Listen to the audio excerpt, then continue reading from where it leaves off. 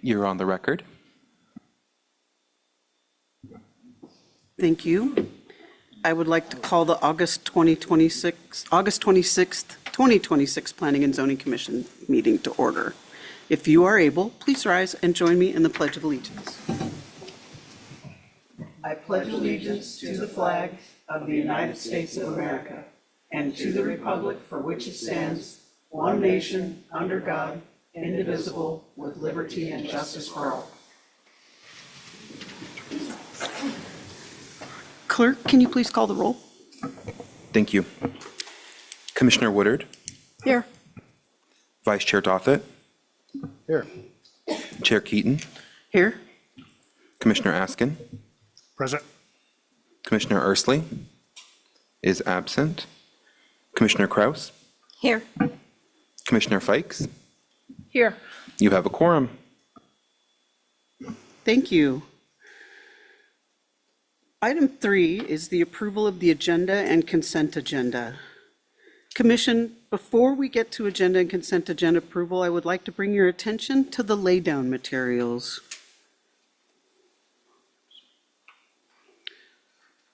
Add item G3, G4, and G7.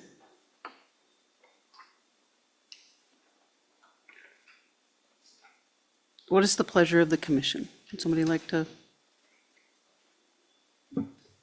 I move to add in the items of G3, G4, and G7. In a second, please. Second. Thank you. Are there any additional revisions to the agenda or consent agenda from the commission? Thank you. Would the clerk please read the consent agenda items into the record? Thank you, Chair. The approval of minutes of the regular meeting of August 12th, 2026, and that is your consent agenda. Thank you. Are there any public comments on any of the consent agenda items just read by the clerk? Hearing none.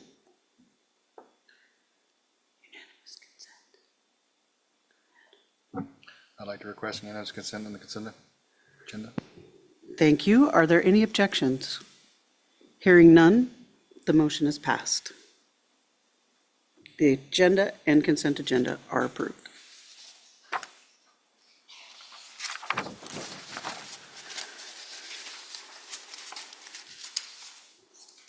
Item C, scheduled public comment. We have no public comments this evening. Item D is unscheduled public comment. Is there anyone from the public wishing to speak to anything that is not on the agenda? Are there any remote attendees? There is nobody online. Thank you. Moving on to item E, consideration of plats. We have no plats for consideration. Moving on to item F, public hearings. We have no new public hearings. Item G, unfinished business. That brings us to unfinished business. These items were originally presented for a public hearing on July 29, 2026. Due to a lack of quorum, these items were rescheduled for tonight's meeting. The first public hearing before us tonight is Resolution PZ 2026-20, recommending approval of a rezone of parcels 4923002, 4923003, 4923004, with the physical address of 5940 and 5968 Kenai Spur Highway and 220 North Fern Street from limited commercial to rural residential. Is there a motion to approve Resolution PZ 2026-20? Make a motion for approval of PZ 2026. Is there- 20. Is there a second? Second. Thank you. Director Buettner, can we have the staff report, please? Thank you, Chair Keaton. If I can draw your attention to page 11, there was a memorandum from August 6th, but the memo requests a postponement of this business item.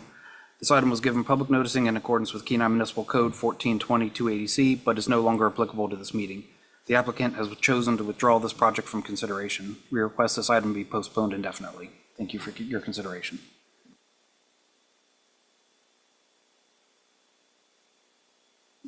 Is there anybody Is there anybody from the general public that would like to speak to Resolution PZ 2026-20? Okay. The applicant has chosen to withdraw this project from consideration. Can I please have a motion to postpone PZ 2026-20 indefinitely? I'll make a motion to postpone indefinitely PZ 2026-20. Is there a second? Second. No fighting. Seeing no one or no one is there, are there any remote attendees? My apologies. No, there is nobody online. Okay. Seeing no one, we will bring this back to the commission for discussion from the commission. Any discussion from the commission on this? None? Okay. It says- Clerk, can you please call the roll?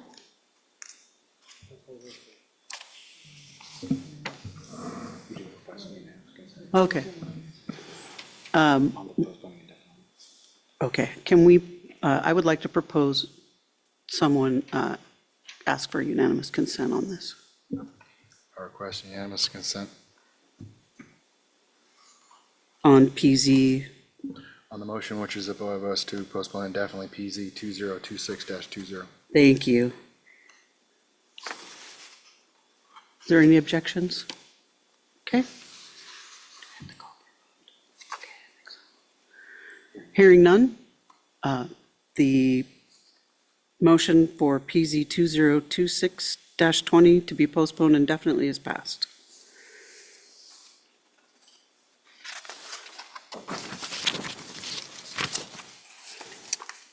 We are now on item G2, Resolution PZ 2026-21, granting a conditional use permit for the operation of a six-space recreational vehicle park.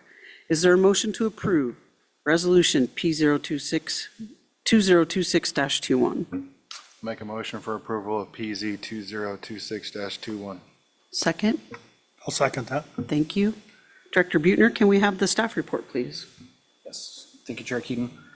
The applicant was not available to come this evening. They did say that if they did have questions, and if you had questions for them that were not answered by the staff report, that they could bring them to a subsequent meeting. So we could, if you need more information, postpone this to a date certain in the future. But I'll go ahead and give the staff report and see where the discussion goes. Just real quick, are they required to be here for this or no? They are required, but if they give us advance notice, we can excuse them if the commission doesn't have any additional questions of them. Okay. But ultimately, if you're not comfortable making a decision tonight without asking questions, we could postpone this to for a future meeting.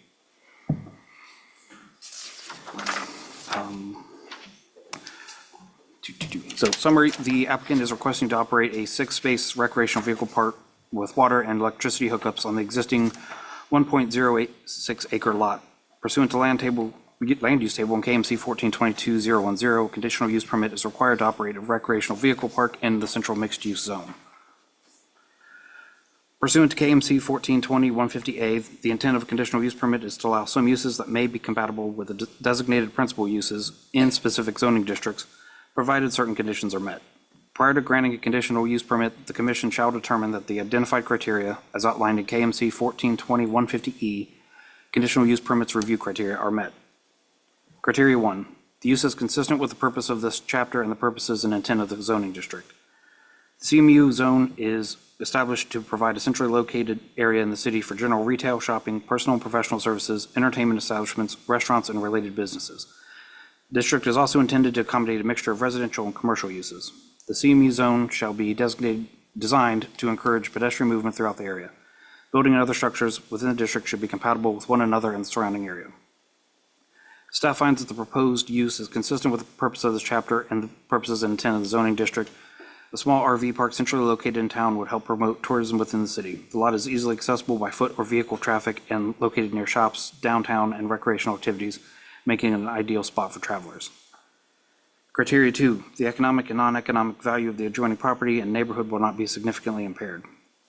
The adjacent parcels in the neighborhood consist of a mixture of commercial businesses, Having a recreational park centrally located among them would be beneficial to both surrounding property owners and clients using the park. Guests would be conveniently located within walking distance of entertainment, dining, and local shops, increasing profits to local businesses. Staff finds that both economic and non-economic value of adjacent properties would not be negatively impacted by the proposed business. Criteria 3. The proposed use is in harmony with the comprehensive plan. From the 2016 comprehensive plan, the subject property is within the institutional land use classification, which is intended to provide an area in which government and tax-exempt institutions can offer social and cultural amenities to the citizens of the community. The primary use is public, nonprofit, and quasi-public uses, including government offices and facilities, schools, churches, and other community service-oriented facilities. The property is owned and operated by the Kenai Elks, number 20, Lodge 2425, a nonprofit organization. The proposed use aligns with the goals set forth in the comprehensive plan by allowing the opportunity for a nonprofit entity to offer an affordable, necessary service that will benefit a mixture of members of the Elk Lodge, visitors to the area, and local businesses. Relevant goals from the Imagine Kenai 2030 Comprehensive Plan. Chapter 6, Goal 1, Quality of Life, promote and encourage quality of life in Kenai. Objective Q4, promoting the siting and design of land uses that are in harmony and scale with surrounding uses. Objective Q9, encourage healthy lifestyles by providing opportunities and/or facilities for outdoor activities. Goal 2, the economic development, providing economic development support the physical health of Kenai. Objective ED9, capitalize on the tourism industry by marketing Kenai as a destination for recreational activities, conventions, festivals, arts, cultural, and other events. Goal 3, develop land use strategies to implement a forward-looking approach to community growth and development. Objective LU2, promote the infill of existing improved subdivision lots. Criteria 4, public services and facilities are adequate to serve the proposed use. The lot is currently serviced by city water and sewer. The park has been established on the lot for years and function as such without any issues or complaints. The lot is accessible by a paved city-maintained road. Staff finds that the public services and facilities that have been utilized over the years of operation to be adequate to serve the proposed use. Criteria 5, the proposed use will not be harmful to the public safety, health, or welfare. The applicant states that dumping is not allowed on site and all guests must utilize an authorized dump area. Trash services are not provided on site, but applicants are informed of the rules and regulations regarding containing and properly disposing of any and all trash during their stay. Staff does not find that the proposed use will be or has been harmful in any way to public safety, health, or welfare. Criteria 6, any and all specific additions deemed necessary by the Commission to fulfill the above-mentioned conditions. Conditional use permits are subject to the following standards per KMC 142245. Recreational vehicle parks are not to become a nuisance to surrounding properties. Recreational vehicle parks shall control dust, shield lighting from other properties, prohibit loud noises, and maintain a clean and orderly appearance free of refuse. Pursuant to KMC 142280C, notices of the public hearing for the conditional use permit were mailed to property owners within a 300-foot periphery of the subject property. City staff published notice of the public hearing in the Peninsula Clarion. City staff submitted an affidavit opposing, verifying a sign was placed on the parcel with information on the public hearing for the conditional use permit request. One public comment has been received at the time of this report and is included in this packet. Staff recommendation. Staff finds that the proposed conditional use permit for use of a 6-space recreational vehicle park on the property described as Lot 1A, Block 3, Fidalgo Commercial Center, Elks replat, meets the criteria for issuance of a conditional use permit as set forth in subsections E1 through E6 of Kenai Municipal Code 1420-150, and hereby recommends that the Planning and Zoning Commission adopt PZ 2026-21, approving the conditional use permit subject to the following conditions. 1, any development or use of the property shall comply with all applicable federal, state of Alaska, or city regulations, regardless of whether or not the requirements are listed as conditions for the approval of the conditional use permit. Upon request, the applicant or applicant's representative shall meet with city staff for an on-site inspection. 3, if there's an expansion or change of use for the above-described property, a new conditional use permit must be obtained as stated in KMC 1420 I-5. Pursuant to 1420-160, all areas not devoted to buildings, drives, walks, parking areas, or other authorized installations will be covered with lawn, grass, natural or ornamental shrubbery or trees, or other suitable materials approved by the Commission. 5, the property will maintain a clean and orderly appearance free from refuse. And 6, permit holder will submit a yearly report between October 1st and December 31st to the Planning and Zoning Department that includes a summary of the on-site activity. That's my report. Thank you. Is there anybody from the general public that would like to speak to Resolution PZ 2026-21? Are there any remote attendees, sir? There are not. Seeing no one, we will bring this back to the commission for discussion from the commission. In your staff report, you mentioned there was a letter. Public comment? Yeah, neither do I.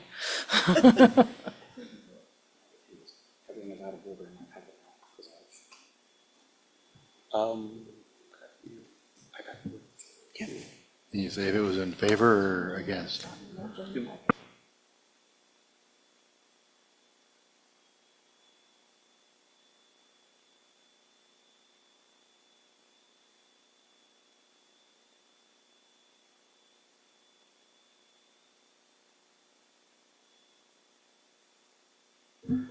Our apologies, the oversight wasn't added to the packet. It was very short, but it was a neighboring property owner that was in support. I believe, if I'm not mistaken, it was a property owner for the person who owns the building that houses the Mexican restaurant to the west.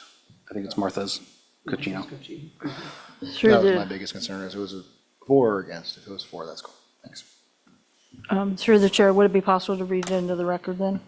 Since it wasn't available to us, doesn't need to be recorded.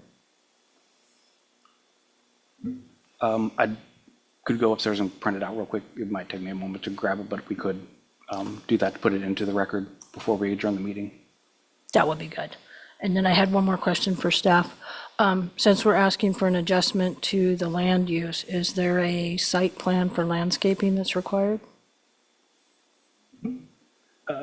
Yes, there is a brief site plan. Right now, there is really no change to the existing as it, Okay, I'm looking at lines. Are we talking, am I gonna get trees? Am I gonna get a fence? Am I there- gonna? there's already a fence there between, Yeah, they already said that there is an existing. I don't see any trees. trees, currently, as it stands, because they're not modifying, what they have technically is non-conforming, but they're not expanding the non-conforming use. It's I as only it bring it exists, up because I just know that the policy, and as more people or more applicants come forward, I wouldn't want this to be negative on the city for saying, well, you approved this, but you didn't alter or change. I just saw the existing fencing, so I just wanted to make sure that we're in compliance with what that may be perceived as looking like. Correct.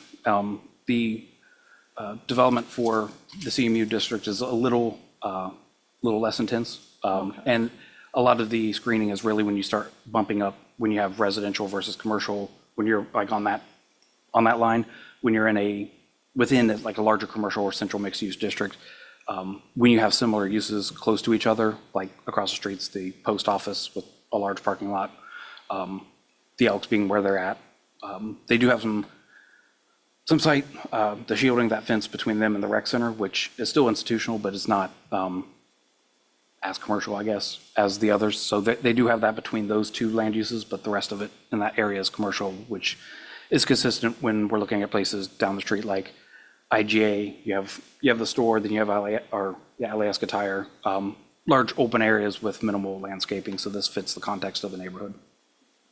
Perhaps maybe down the future, some wooden cutouts, some wooden elks maybe, I don't know. Just saying.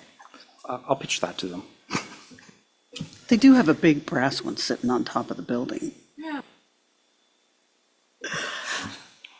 So I will, I was like to say, this has been basically an operation like it's presented for as long as I can possibly remember.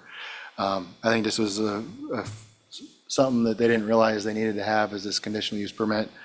Nobody's talking against it, and I haven't seen anybody complaining about it as it's been operational for as long as I can possibly remember. So because of that, I think this is just a clerical issue that they're getting resolved to make sure everything's square, and I'll be 100% in support of this. I'm not an Elks member, but I think the community involvement that the lodge has is immeasurable, including their more than 2 decades of service to the breakfast provided at the alternative high school. So I'm happy to support this 100%. Any other comments? I just had one question on that. Was there any plans to drain sewer or anything, or is that just the way it stays? At this time, none have been conveyed to us. They do not dump on site. They're not they're told that they're not allowed to, that they have to go to another authorized dump site. If that were to change, we'd probably bring it back, but at this time, there are no plans for that. Okay. Since you brought that up, could they have somebody like Peninsula Pumping come out and empty the tanks? Not 100% certain with, if they would pump directly out of the RV. They could in theory, but often, a lot of them just go to another dump site to, they stay there for a few days. And this generally happens during the fishery, so they come in for a few days and then they kind of rotate out. So there's generally a lot of movement, so they're not. But yes, in theory, if, as a commercial service, they could have it done. Okay, perfect.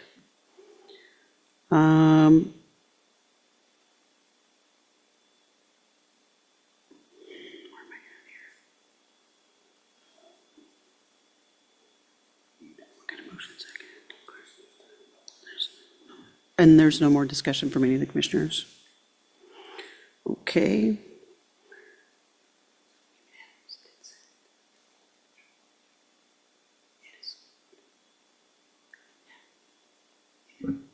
I'll go ahead and move for unanimous consent, reading the room here. Unanimous consent being requested for PZ 2026-22. Second. Give me 2-1.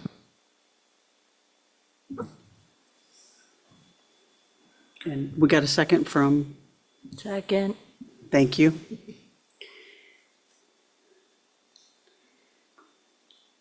Are there any objections? Hearing none, the motion to approve Resolution PZ 2026-21 is approved. Please note that there is a 15-day period that an aggrieved party can file an appeal with the clerk's office. Next, we have item G3, Resolution PZ 2026-22, granting a conditional use permit for surface extraction of natural resources on KPB parcel 04901069. Is there a motion to approve Resolution PZ 2026-22? Well, why not? I'll make a motion PZ 2026-22, motion for approval. And is there a second? Gwen? And Director Buettner, can we have the staff report, please? Thank you, Chair Keaton. The staff report is lengthy, but there are two sets of findings within the report. There's one for the surface extraction as specified in code, and then one for the overall CUP process in general. So you'll hear two sets of findings. I just didn't want anyone to be confused when we get into it. The applicant has applied for a conditional use permit and a variance permit for the construction and operation of a gravel pit. This resolution is for the conditional use permit. Item E5 will be the related variance. And for the proposed surface extraction of natural resources pursuant to KMC 1420-150 through KMC 1420-158. The proposed extraction site will be owned and operated by Coalaska doing business as QAP. In addition to the subject lot, Coalaska also owns Lot 3 to the east and the 60 acres immediately east and southeast of Lot 3. Those parcels will be utilized to access the proposed material site from Beaver Loop Road. The applicant is requesting that the CUP allow for a excavation below the water table, stating it is a common practice in the area and that there is an active excavation below groundwater at adjacent material sites. In conjunction with the conditional use permit, the applicant is requesting variance KMC 1420-150 regarding buffers to the public rights-of-way and property lines due to the use of adjacent properties as material sites. The variance requested is a 50-foot buffer to the north, south, and west, and a 0-foot buffer on the adjoining property lines of Lot 2 and 3. These variances will be heard later in this meeting as separate resolutions. Criteria for the issuance of conditional use permit for surface extraction of natural resources are outlined in KMC 1420-154. Item 1, the application is in substantial compliance with the requirements of the chapter. This application is in substantial compliance with the requirements of the chapter. The applicant has demonstrated the proposed use meets requirements for boundaries, assuming the variance permit is granted, back slopes, public safety, and the need for gravel within the city. Item 2, boundaries of the proposed excavation at its greatest dimensions, including back slopes, are at least 200 feet from any road or public right-of-way and at least 150 feet from surrounding property lines, except that adjoining permitted surface extraction and natural resources sites are not required to maintain above 150 feet excavation between sites. The applicant has provided two versions of the boundaries for staff to review. The initial set delineates a 200-foot setback from all roads and public rights-of-way and a minimum of 150 feet from other surrounding property lines except for the adjoining Lot 3, which is also being heard for a CUP at this meeting through Resolution PZ 2026-23. The applicant also showed alternatives based on a variance for a full project at this location. Those boundaries depend on the variance permit application submitted in conjunction with the conditional use permit being granted.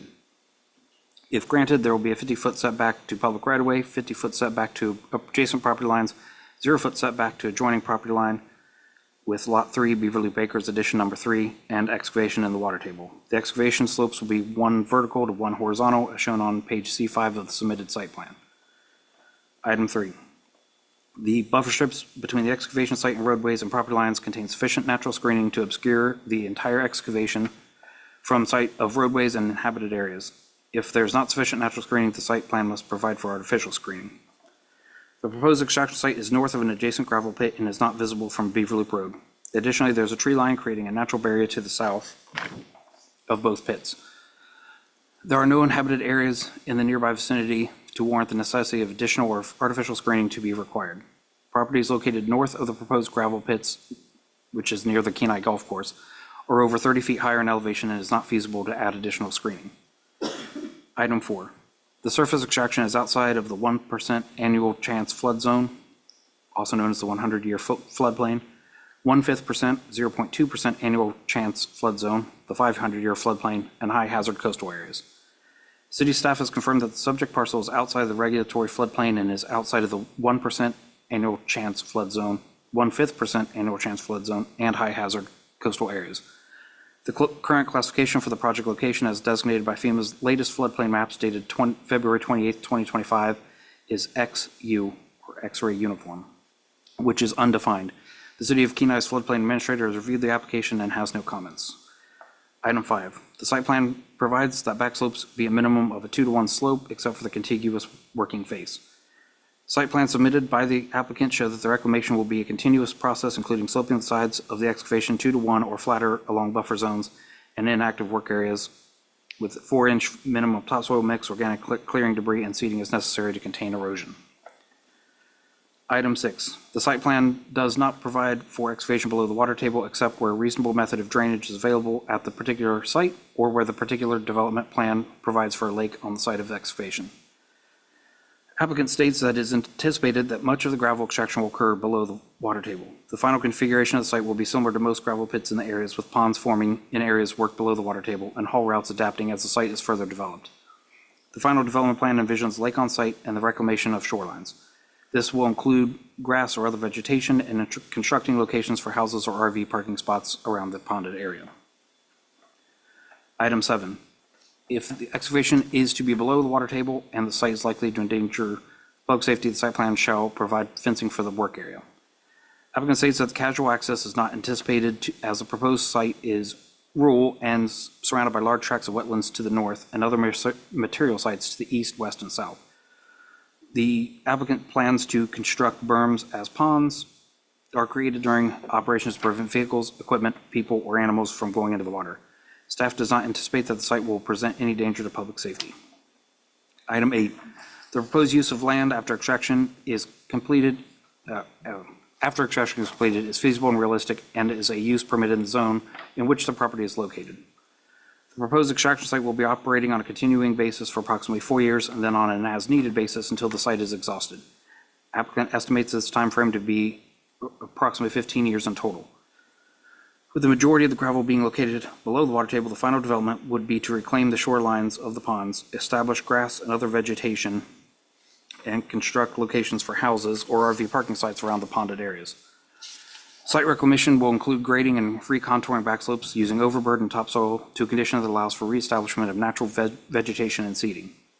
Parcel does not currently have any existing structures, and there are no plans for any permanent structures to be added. Anything that is stored will be temporary and movable. Staff finds this adequately addresses a feasible and realistic use of the land once extraction of natural resources on the site cease. Item 9. The extraction does not destroy the land for the purpose for which it is zoned.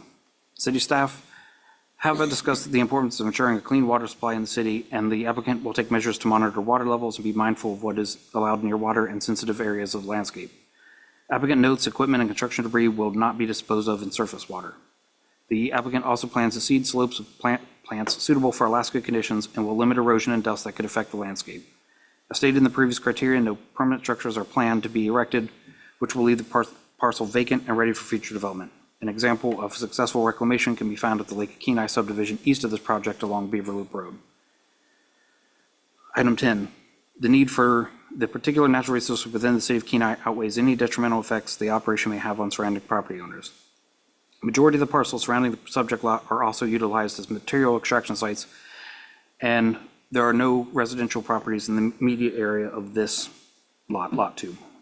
The city and the residents of will benefit from an additional local gravel source from this location. Item 11, the applicant is the owner of the subject property. The proposed parcel was recently conditionally sold by the city of Kenai in the 2026 land sale auction to Co-Alaska doing business as QApp. The applicant is petitioning on behalf of the owner on the subject property to satisfy a condition of sale. Item 12, clearing limits shall be delineated on the site plan as well as clearly visible on site and shall be inspected by the city planner or designee prior to the application being deemed complete. The submitted site plan adequately and clearly shows the proposed clearing limits. Prior to application being deemed complete, city staff will meet with the applicant at the site to ensure that proper clearing will align to those submitted on the site plan.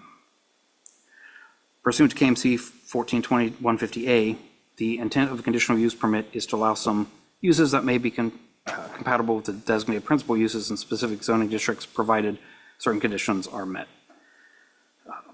And here are normal CUP conditions.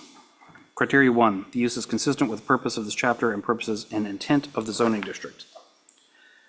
The property is within the rural residential zone pursuant to KMC 1420-080. The intent of the zone is for low-density residential development in an attractive residential environment, to prohibit uses which would violate the residential character of the environment and generate heavy traffic in a predominantly residential area, and to separate residential structures in order to prevent health hazards and preserve the rural open quality of the environment. Surface extraction is a conditionally permitted use and can be consistent with the intent of the residential zone, especially when the reclaimed property is developed to allow for future residential uses. The proposed extraction is adjacent and to existing permitted gravel pits and vacant lots. It would not change the character of the neighborhood. This use is consistent with the current development and once reclaimed will meet the purpose and intent of the rural residential zone. Criteria 2, the value of the adjoining property and neighborhood will not be significantly impaired.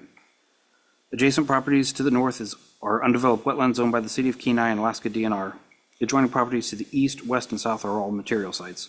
Staff does not find the value of the adjoining properties or neighborhood will be significantly impaired as it aligns with the current uses of the immediate area, and existing haul routes off Lot 2 will meet up and follow existing routes.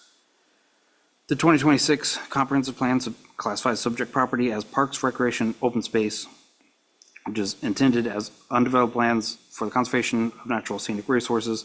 They can be used for a variety of passive or active outdoor and indoor sports and recreational activities. Areas that may be suitable for future natural resource development may be included in this category. The location of the pit minimizes the potential conflict with neighbors as it fits with the pattern of land use along the north side of Beaver Loop Road. Therefore, staff finds the proposed use would be consistent with the intended purpose of the comprehensive plan. It also meets the following goals in the comprehensive plan. Goal 2, economic development to provide the support for the physical health of Kenai. Objective ED1, promote projects that create workforce development opportunities. Goal 3, land uses to develop land use strategies, implementing a forward-looking approach for community growth and development. Establish siting and design standards so the development is in harmony and scale with the surrounding uses. Where feasible, consolidate access to and between land uses via frontage roads or by shared driveways onto main streets and highways. Criteria 4, public services and facilities are adequate to serve the proposed use. Co-Alaska owns 60 acres immediately east and southeast of the subject lot. These parcels will be utilized to access the proposed material site from Beaver Loop Road. This does not include the amount of potential conflict points along Beaver Loop Road and effectively consolidates the additional traffic flow to one shared access point. Additionally, the applicant will have sufficient sanitation facilities located on site. City staff finds that the proposed services and facilities are adequate to serve the proposed use. Criteria 5, The proposed use will not be harmful to public safety, health, or welfare. The casual access to property is not anticipated as it is surrounded by large parcels of similar use and is not situated near any amenities such as fishing, parks, or recreation. The applicant notes that adequate adjacent existing barriers and screening will be utilized. The extraction site will not be a safety concern or visual impairment. The applicant has shown plans for reclamation and will be mindful about materials stored near any water sources. Criteria 6, any and all specific conditions deemed necessary by the commission to fulfill the above mentioned conditions should be met by the applicant. Recommended conditions are stated at the end of the report. Public notice. Pursuant to KMC 1420-280C, notices of the public hearing for the conditional use were mailed to property owners within a 300-foot periphery of the subject property. City staff published notice of the public hearing in the Peninsula Clarion. City staff submitted an affidavit posting, verifying a sign was placed on the parcel with information on the public hearing for the conditional use permit. At the original time of this report, which was for our July 29th, we did not have any public comments, but we have inserted public comments both into the packet and introduced with the laydown this evening. Staff recommendation. Staff finds that the proposed conditional use permit for the surface extraction of natural resources on the property described as Lot 2, Beaver Loop Acres, Addition Number 3 subdivision meets the criteria for issuance of a conditional use permit as set forth in subsections E1 through E6 of Kenai Municipal Code 142150 and subsections A1 through A12 of KMC 1420-154, and hereby recommends that the Planning and Zoning Commission adopt PZ 2026-22, approving the conditional use permit subject to the following conditions. 1, any development or use of the property shall comply with all applicable federal, state of Alaska, and city regulations, regardless of whether the requirements are listed as conditions for the approval of the conditional use permit. 2, the applicant will properly store fuel oil and hazardous materials away from wetlands and other sensitive areas of the landscape. 3, the applicant will not store fill materials such as concrete and construction waste in or near areas within the exposed water table.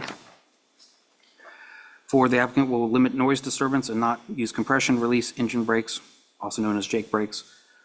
Applicant will adhere to the proposed hours of operation, 7 a.m. to 7 p.m., with the allowance of outside hours being utilized on an as-needed project-specific basis and not ongoing. The applicant will meet with city staff for on-site inspections when requested. If there is an expansion or change of the use for the subject property, a new conditional use permit must be obtained as stated in KMC 1420I5. A permit holder will submit a yearly report between October 1st and December 31st to the Planning and Zoning Department that includes summary of on-site activities. That is my report. Thank you, Director. Is there anybody from the general public that would like to speak to Resolution PZ 2026-22? Go ahead. Come on up and press the button and tell us who you are and where you're from.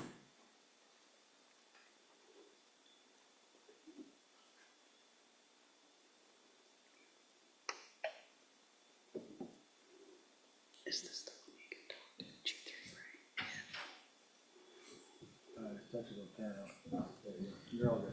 All right.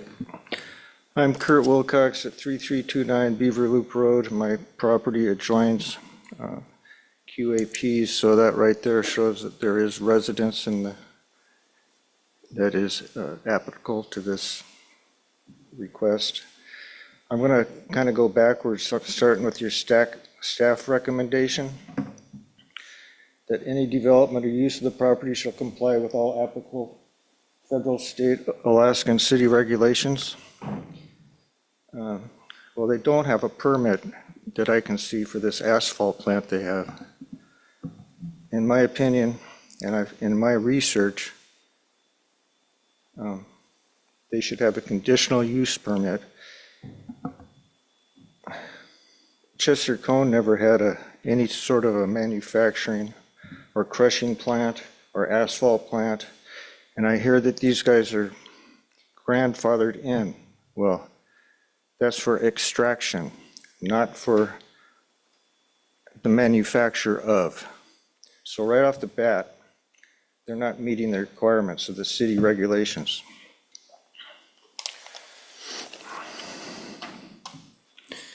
And now I'm going to go back to the original Planning and Zoning Resolution number PZ 2019-26, which is the conditional use permit that was transferred from the estate of Chester Cone.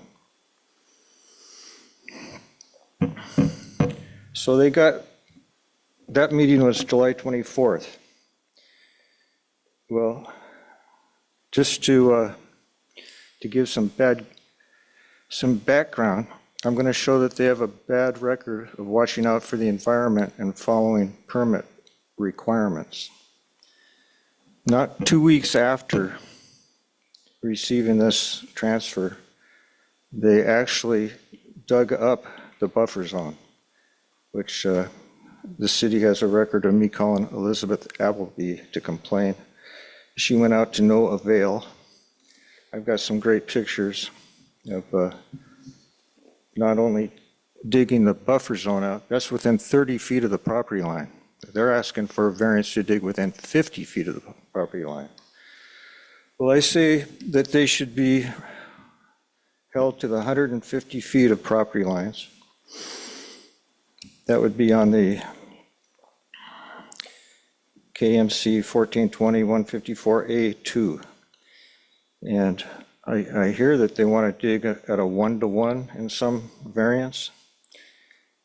And I don't know who wrote that, but that is probably an OSHA violation. So I can give you another 30 seconds to finish your comment. Well, I guess I can just submit this whole document then, because it's, like I said, I got a lot to say. And I tried to get on my 10-minute thing and I was denied, so. I don't know what to say. This is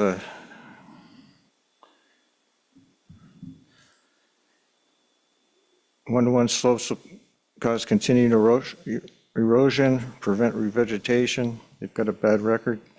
I'd point out the damage they caused to the stream buffer area and documented fish and game permit violation for that. Apparent spilling. There's storage is bad, hazardous materials adjacent to it.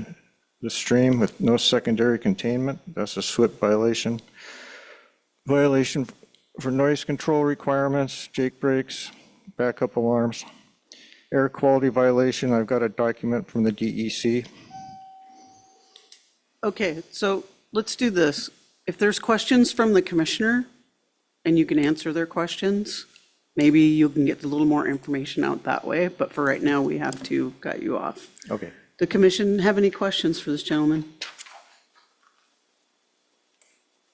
I have a question. You testified that you tried to get additional time. Did you speak with somebody or talk to somebody? Well, I wanted to be put on the docket for, I made a request to the planning and zoning. I would have to look through my emails, but I was said that I couldn't be put on the docket, that I could, when discussions came up, I could input my information. Did anyone ever contact you or call you in relations to that permit request or? You mean to Yeah, to speak? testify, yeah. Did anybody ever get back to you or talk to you about the Yes, process? Kevin did. Okay, okay.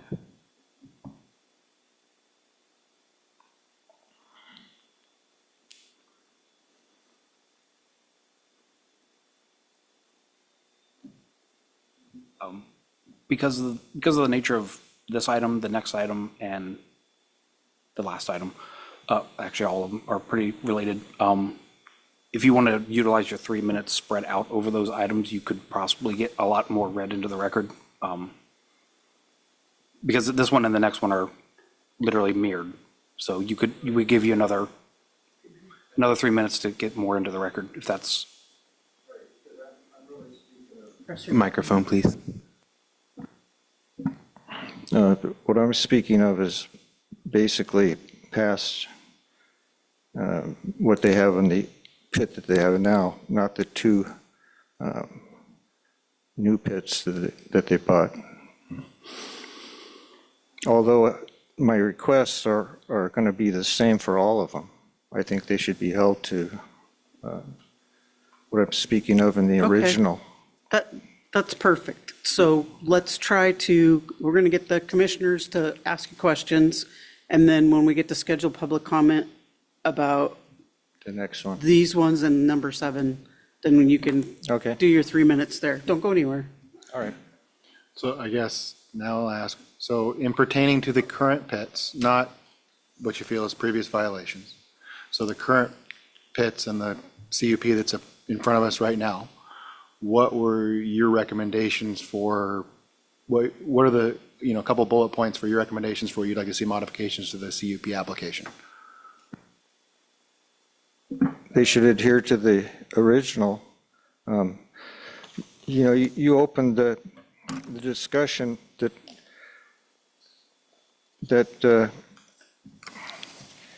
the digging into the water table is a common practice, digging into the water table and all the ponds. Well, I have to remind you that all those ponds was a violation of the original conditional use permit. The reasons there's holes in the ground and ponds, the city never enforced their own code.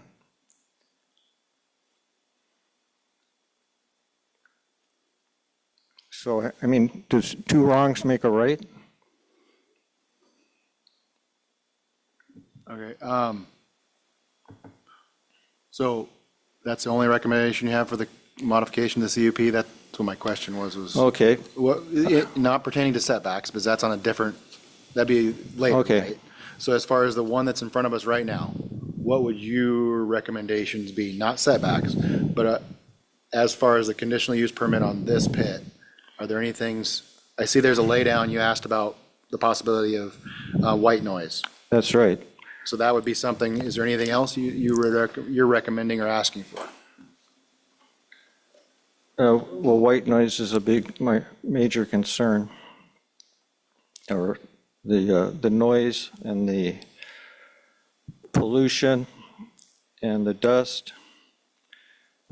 I do have a note from the DEC that they did violate, they had some initial results show an exceedance of particular matter. Which brings me back to the, I don't think that they legally have the right to operate an asphalt batch plant. Okay, so let's talk about that later. Okay, You've got your ideas of things that you want to see changed in this particular matter, and we've heard those. Is there anything else you would like to add to your list? no. I'll save it for my next one. Yeah, I have a question. You mentioned a DEC document. They recorded a violation. What was that violation? They exceeded a particulate matter, Air, water? air.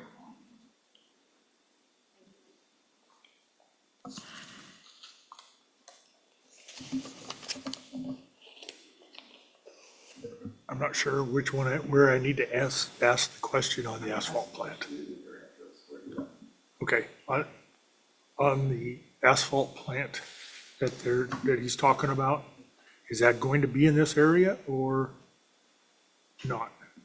Not on the current one we're discussing. It will be more relevant to G7, which is the last. Okay, G7. Okay, that's what I needed to know.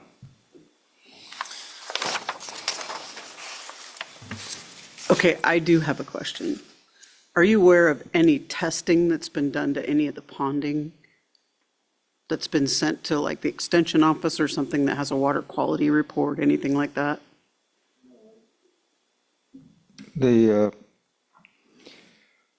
only pond that I know of is the big one now that I don't have any knowledge of it being tested, and there was a natural pond or a pond from the old Cone days that I haven't seen for quite a while. I haven't visited it, so there's 2 ponds I know of besides an adjacent pond that starts on my property that happens to be anadromous. So all the water on that one tract that they own is affecting my water, which is the source of an anadromous stream. I guess I have a question through staff. You had referenced something about digging below water level and it's a common practice.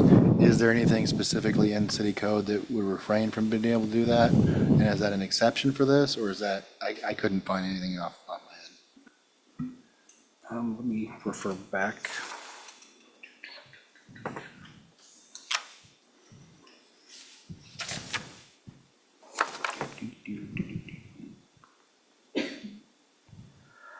So, in code, there are two things that relate to extracting below the water table. Either that they either need to have a reasonable method of drainage to keep it dewatered essentially, or where the proposed future development plans for a lake on the site of the excavation, which is the case in this. Then the other one is if they do, that they don't endanger the public safety, so putting up fencing for the work area and also not allowing any hazardous materials to be near the water that could then seep into the water table. Okay, and that was what I was clarifying is I couldn't find where it said you couldn't. There were just parameters saying that if you do, you have to do this in city code. Now, might be other things with DEC that I'm not aware of, but we're talking about what we can do in the city side of things and that kind of thing. Well, I researched Chester Cohn's original conditional use permit it was 75 or 78, and they went to great lengths to see that he did not dig into the water table. And he adhered to it. Okay, thank you. Does that conclude your particular comments for this section? Yes. Okay, thank you.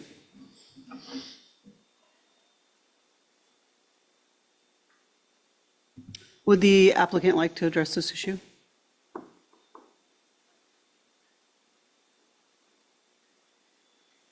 Your name and where you're from?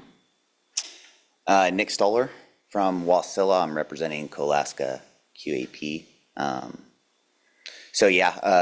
We bid on the land auction sale that the city provided for these two lots, intending for them to be gravel sources. We're a construction company that does mostly public works, road construction, airports.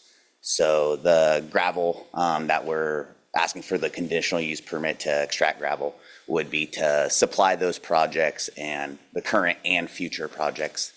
Like was in the report, probably several years worth of operation there for the materials. We do have those properties that are to the south and east, so access would remain off of Beaver Loop Road and through the existing gravel pit to get to these properties. There wouldn't be any new roads or anything for us to access the two lots. I believe that we are, part of the permit is to do also crushing, processing, and the asphalt plant, which is typical in our road construction work to complete the projects. So, I can address the setbacks too, or are we gonna do that at a later? Okay. To that now. Yeah, so I can answer any questions or comments that we have. I have a question. In your permit, so you stated that there is the intent to possibly do crushing and, rock development and plants and stuff on these lots. In your permit, you stated a 7-to-7 work frame unless otherwise delineated by a job or something like that. What would that entail to have running a crushing plant 24/7 if the job, and is that obviously something that, according to this permit, it's kind of vague, that could happen at any whim? There we go. So typically, we're gonna operate during normal business hours, 7 to 7. When we would request to work outside those is typically when we're doing a project where traffic is affected if we work during the day, and so we have to operate at night to meet specifications. So that's when we would ask to work outside of the 7 to 7. As far as crushing, we would typically still do that during the day in most part, but as far as running the asphalt plants or having equipment in the material source, That's kind of where we'd ask for that variance in hours. And just for clarification on that, the way this permit is written, and this might be for the staff too, there would be no need for you to come back to this body to ask for a variance to operate at night. It's written in this permit already, correct? Staff? That is correct. It's being a project case-by-case basis. We would be reviewing. We would also be informing you, just because it is a conditional use permit, that if the request is made, we would be informing the body that there is a request. And just for that clarification, it wouldn't come back to a public meeting for that request change, but it's already written into this as being okay, correct? Correct. What's your mitigation strategy in the event that you do breach the water table? So our intent would be to excavate the gravel underneath the water table. This site where the water table is, it's 10 to 12 feet. So a majority of the gravel is actually below the water. So typically what we would do is we would remove the overburden, take the gravel down above the water table first, and then we would dig down to whatever the either the bottom of the gravel or what the equipment can reach, and that's what creates the pond at the end of the day.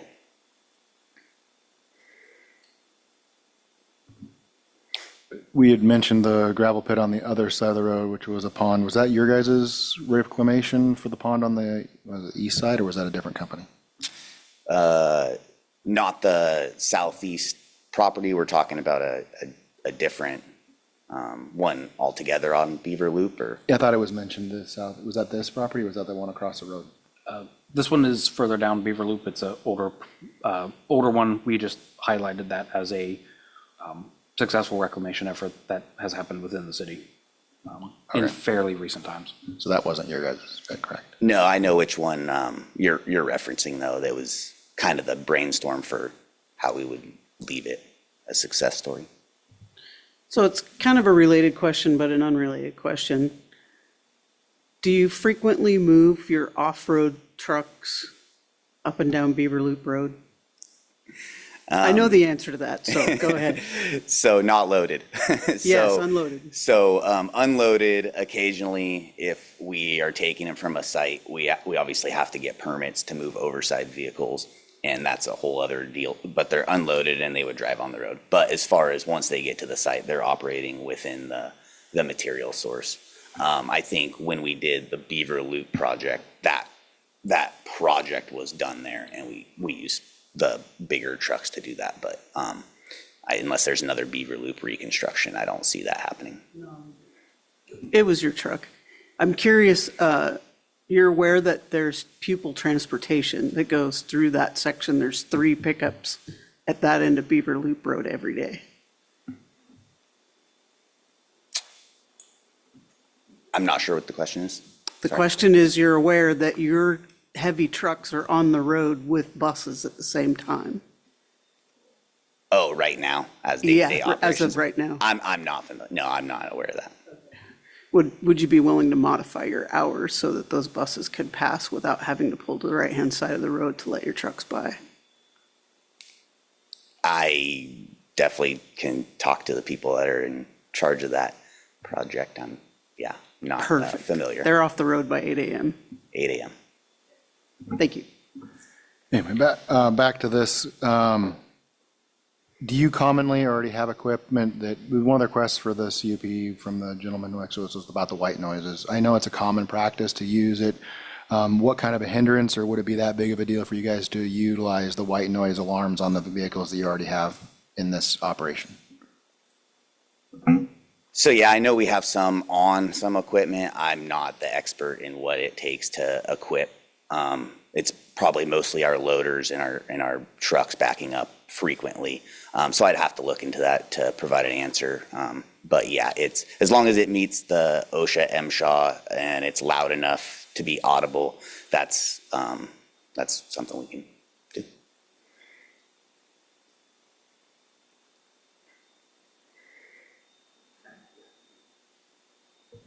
One quick question. I didn't see anywhere in the permits where it said what your max depth is when they did the test drilling on this, did they go down and find out where the other water tables are?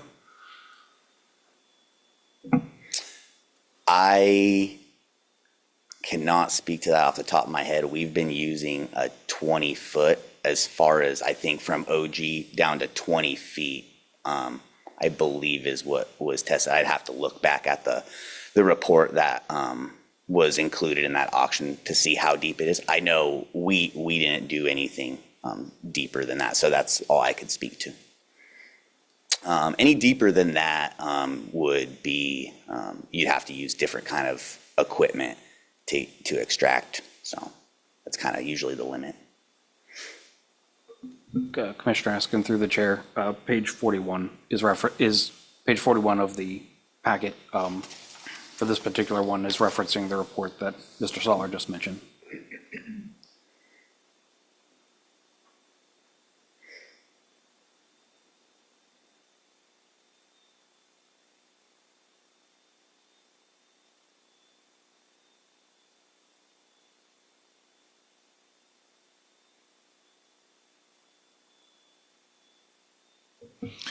Yeah, I read where they were talking about test drilling down to 25 feet, but I didn't see anything where they went down to water well depths for the area. Just when he mentioned the report, I wanted you to know what he was referencing. Thank you.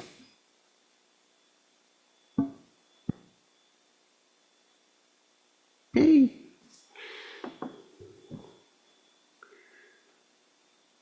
Are there any people that want to speak remotely?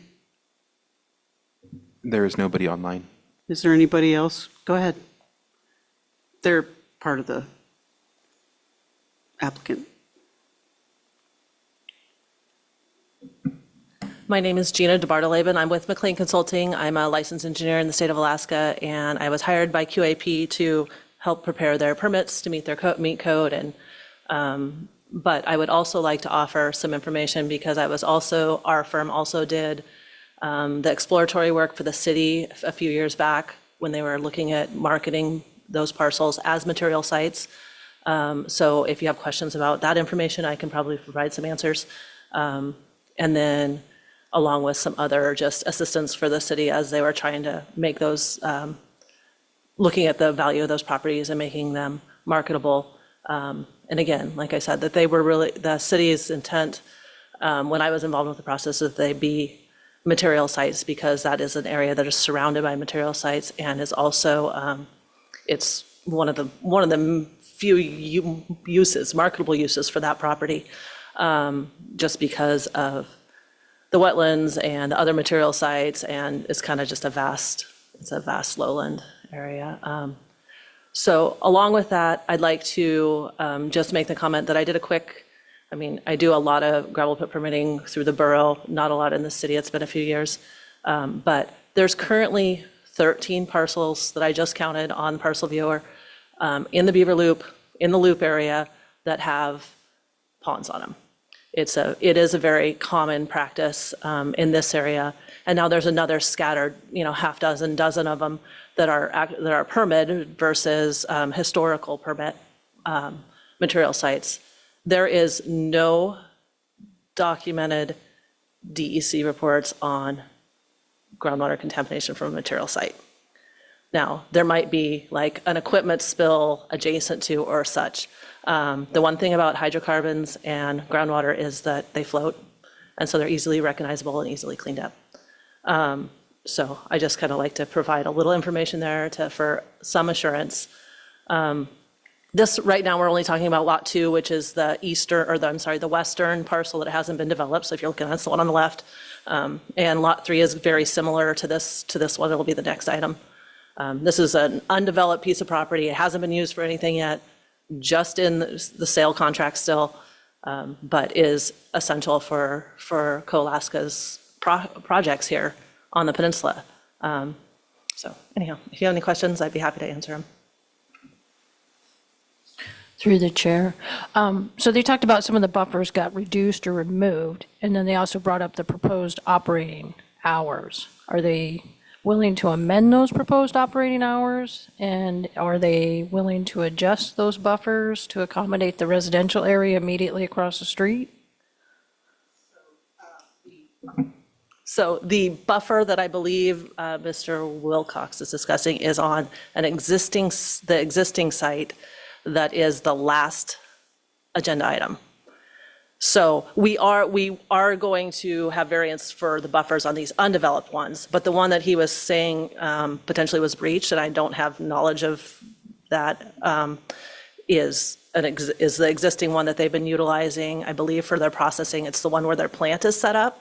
I think Nick can verify that, but it's the one where the asphalt plant is currently set up. And that is, I think, item 7. I think the last item on your agenda today is that parcel. But would they be willing to stick to the 7 to 7 daytime hours in place of the ambiguous wording in the proposal? I can't speak to that when it comes, and I believe that's all more for processing, not for excavation and such. I can't speak to that, and but nobody wants to work at night if they don't have to. So it does come down, what we see in this area is DOT has a huge amount of their contracts. Currently, they can't interrupt traffic from July 1 through like mid-August, which is why all of a sudden, as soon as mid-August shows up, here we go, we're full steam ahead. And so it really creates a small paving window for these large projects. You have this window before July and this window in late August or through September before we get freeze. And of course, then you're fighting rating fall weather and such, where occasionally they really have to, put pedal to the metal and get some projects paved out and closed up. But what I normally see is that a contractor will put together a schedule of, maybe it's a block of 14 days within a month where they're going to have to work nights. It's not continuous for weeks on end. We're going to get it done. So, and that, again, like Nick said, it's they don't want to crush at night, but they have to produce asphalt at night usually.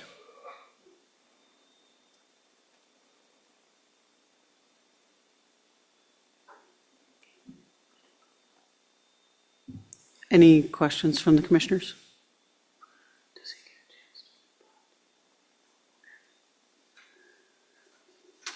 Thank you.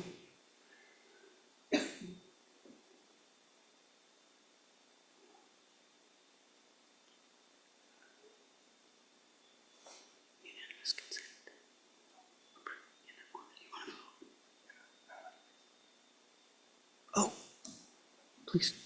All right, a couple things. I'd like to propose one amendment here to the CUP would be the white noise. I think that's a fairly small ask on the community around him. He asked for the white noise beepers. I know QAP's been asked to do white noise throughout the borough in multiple different pits and stuff, so I know it's a fairly small ask. I think it gives a little bit of a give and take to the project on this one here. So I'd like to add in I know it talks about the mitigation of noise, but if we can just put in there the use of white noise for backup alarms, I think that's a pretty small ask for clarification on what that mitigation is, so it's in writing.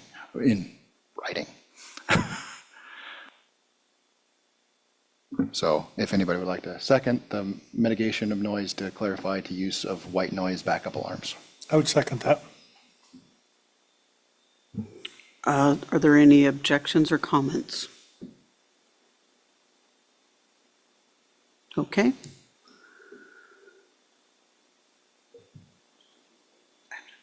Through the chair. Go ahead. Do we need to vote on the motion to amend? Yes. Perfect. Yeah. Could you call the roll, please? Voting on the amendment to the motion. And just for clarification, the motion as written would be, it specifically talks about the mitigation, the applicant will limit noise disturbances, and then we would, I don't know how we want to put that in parentheses or what, but just to signify the use of white noise backup alarms on equipment. Do we need to get the wording exact on that right this second, or how do you want to do that? Yes, as referenced by the public testimony in your laydown, the condition, and this was through a borough resolution, but language stands as you brought it up. The permittee must install multi-frequency, white noise, backup alarms on all equipment and vehicles that have existing state or federal backup alarm requirements. That would be the additional condition. Yes, that sounds like it's in writing, and now that we know what we're actually voting on. Clerk, would you call the roll, please? Thank you, Chair. Commissioner Woodard, Yes. Chair Keaton, Yes. Vice Chair Dothett, Yes.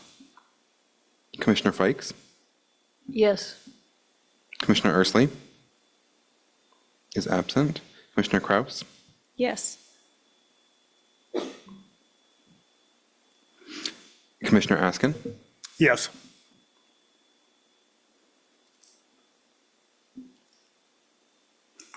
my table's a little messed up. Did I miss anybody? I'm so sorry. I have one job, making sure I got everybody. I called everybody's name. Very good. The motion to amend passed. Thank you.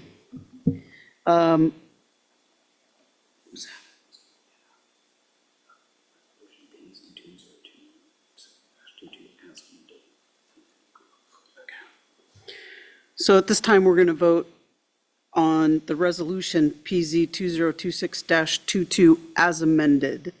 Clerk, could you please call the roll? Oh, wait. I'd like to modify that or make an amendment to stay within the operating hours of 7 PM or 7 AM to 7 PM, as it was stated. Staff, you know what? Page that was? 41.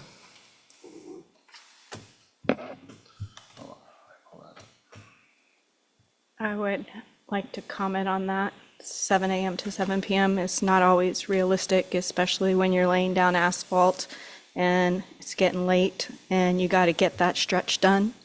I don't think it's reasonable. I can think of in 5 years of road construction, maybe 3 times we worked through the night, so it's not something that they strive to do.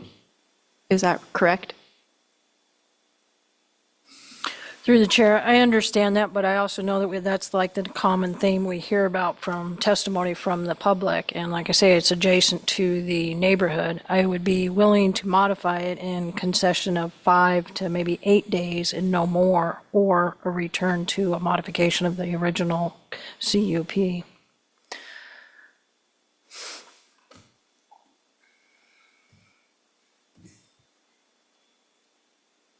Are there any other comments or questions about Commissioner Fike's amendment? I too, I can see where you're going with the 7 to 7. If we don't put that in there, then there's nothing saying that I can't back here and ask for modification.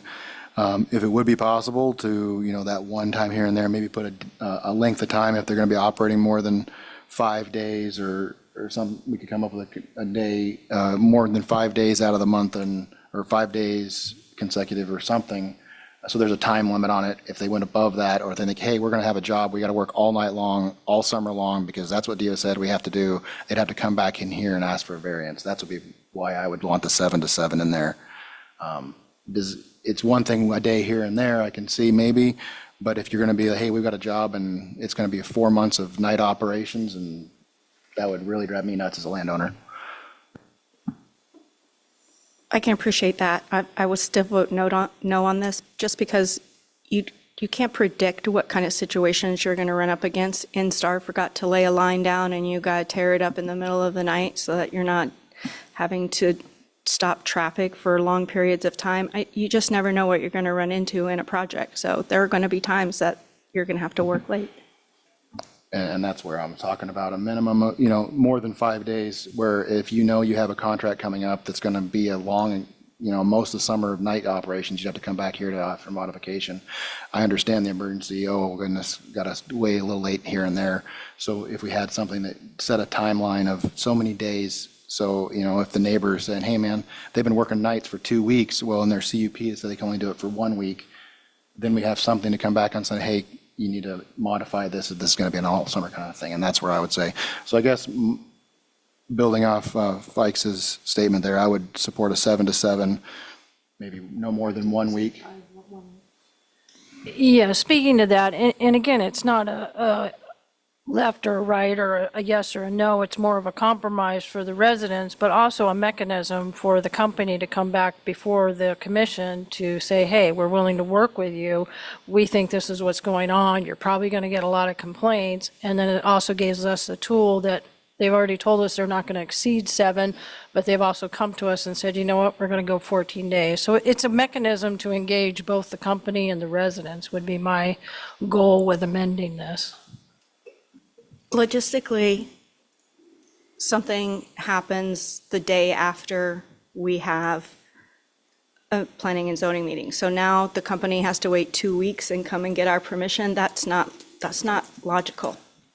Just to clarify that, Commissioner Kraus through the chair, if they were to ask for a variance, the public noticing requirement is almost a 3-week lead time, so it would delay them almost a month minimum.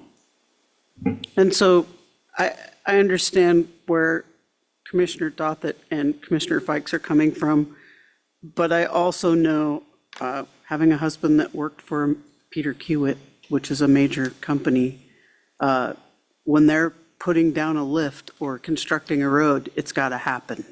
And it can't wait for 3 weeks. You're laying people off, you're having issues with equipment that's sitting there waiting to get going. I would vote against it.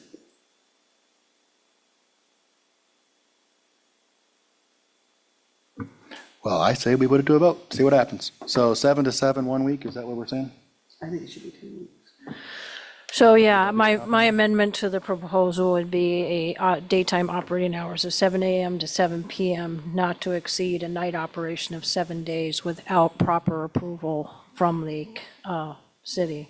I think that negates the having to come back before us, because you're then just going directly to the planning department. That was my thought with the amendment. It's like we're anticipating 7 days, but possibly 14.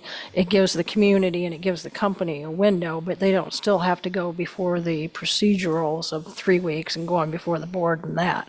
That's what I'm trying to find a compromise here. Is it possible to ask the applicant how long those type of things happen?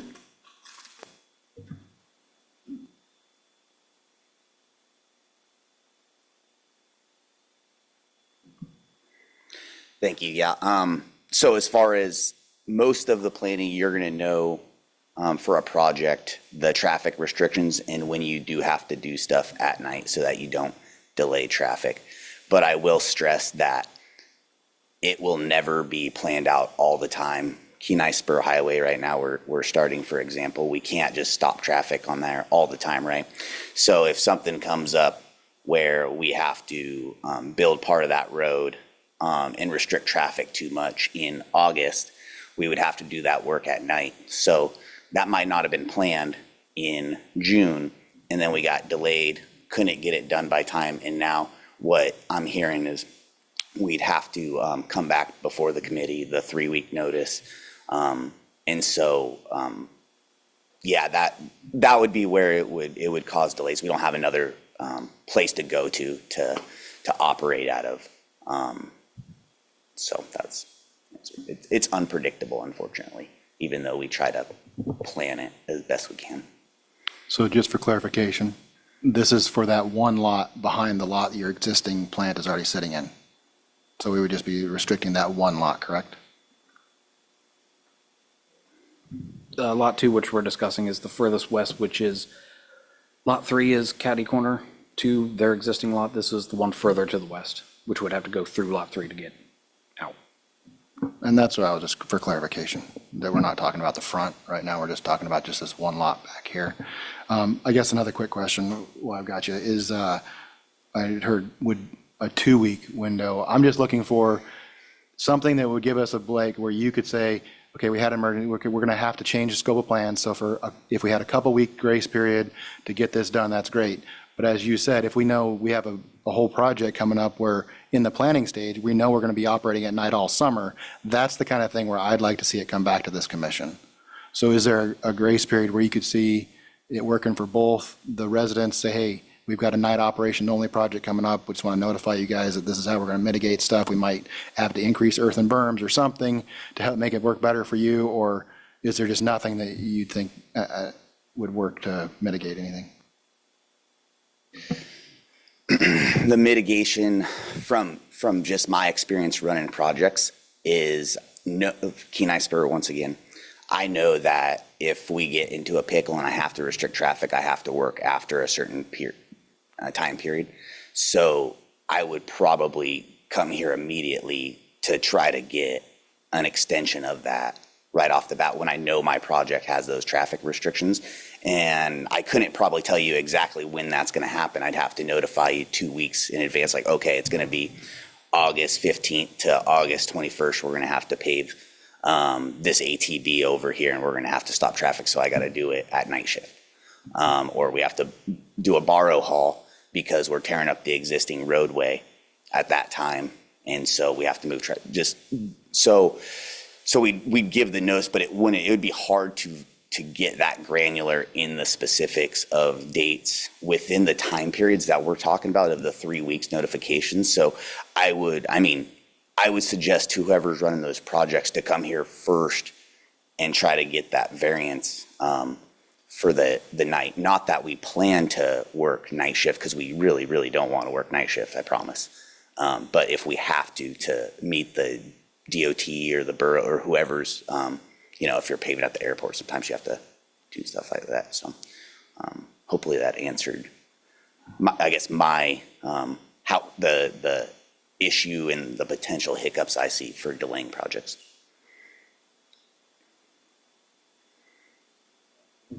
Are we ready to, are we ready to further clarify the language? If you want to put it in writing for a minute or so, you want to write it down so that we can. So just for clarification, so if we were to amend this and make it a condition of the permit for operating hours to be daytime 7 a.m. to 7 p.m., not to exceed 7 days at night, is there a way that you can also incorporate into the condition that the applicant is allowed to come back for an extension beyond 7 days only through staff and not to have to go through the commission? Yes. Stand by. Stand by. Where there was a will, there is a way. Okay. So currently, this is for both 22 and 23. The current language here says the applicant will limit noise disturbance and not use compression release engine brakes or Jake brakes. Applicant will adhere to proposed hours of operation 7 a.m. to 7 p.m. with the allowance of outside hours being utilized on an as-needed project-specific basis and not ongoing. So my recommendation to modify that, I think this is where we're getting to, I would modify this condition 4, it's under section 2.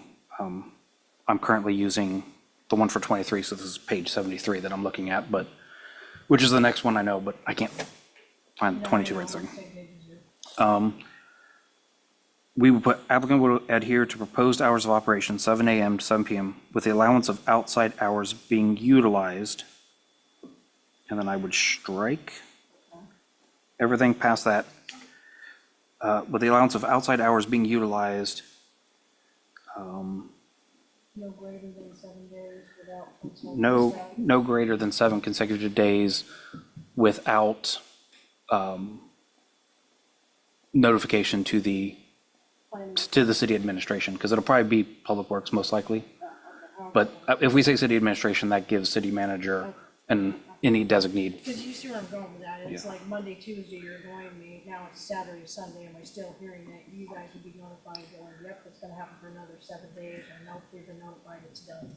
Yes, and we possibly, if larger projects, we might put a blast out on social media or something. That was kind of. So language would then, just so we have it.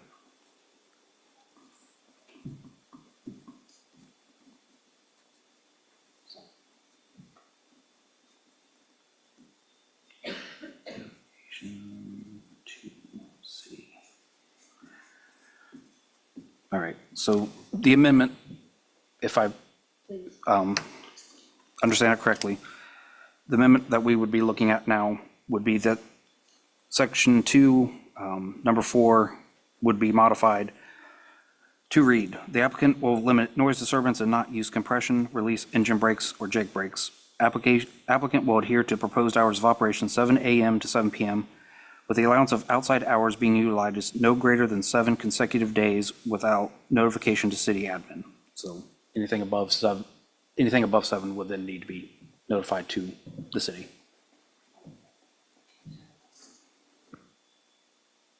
Sounds like we've come to a compromise.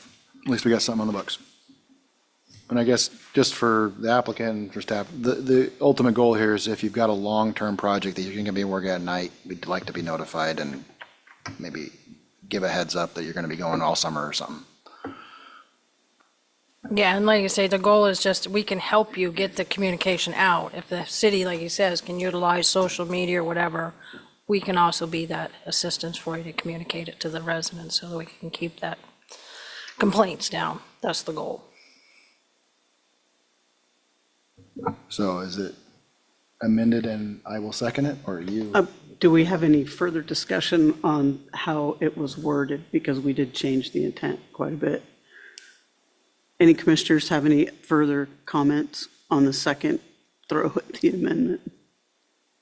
That's set up as 7 consecutive days, or is that, I mean, so That's what the original language quoted, yes. right, so you could have it set up No. where they could do 2 or 3 days, 4 days, and then you would restart, right?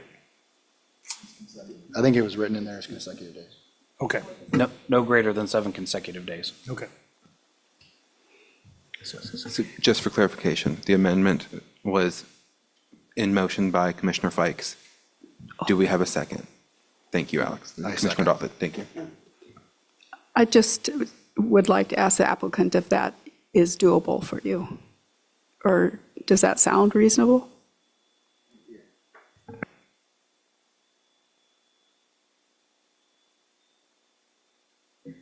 If I'm understanding correctly, the variance of the 7 a.m. to 7 p.m., that would be basically a communication back here that wouldn't require the notice in the meeting. That could be responded to, that we're going to work and could be approved, I guess, within a week or, a little bit, or yeah, a little bit more.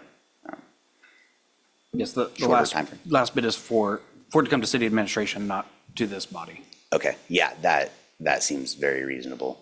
I guess the only other comment I would be in this is if the 7 a.m., 7 p.m., if those are times specific, or it could be a 12-hour period during the day. 7 p.m. to 7 a.m. to 7 p.m. sounds fine. I just wasn't sure if We're just going off what you put in the original. Yeah, I was just going off what you had on your proposal was 7 a.m. to 7 p.m. I was just trying to address after 7 p.m. what happened. So this amendment just addresses what hypothetically could happen if you need a nighttime operation. yeah, okay, so that sounds like doable. So just a quick question.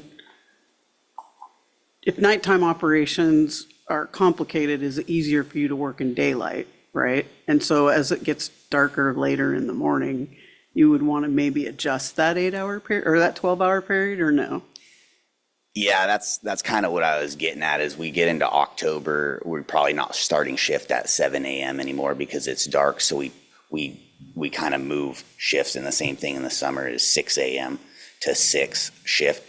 So what I was leaning at is if it would be more appropriate to a 12-hour shift between 6 a.m. and say 8 p.m. if 9 is too late, if 6 is too early. I just wanted to ask the question for that exact reason, is the daylight switch. In that same vein, though, if you're starting later because of daylight, and let me just tell you, it's cold in October early in the morning. But it's also cold in October at 7 o'clock at night. So, I mean, do you think that reasonably you would still be operating after 7 p.m. in October?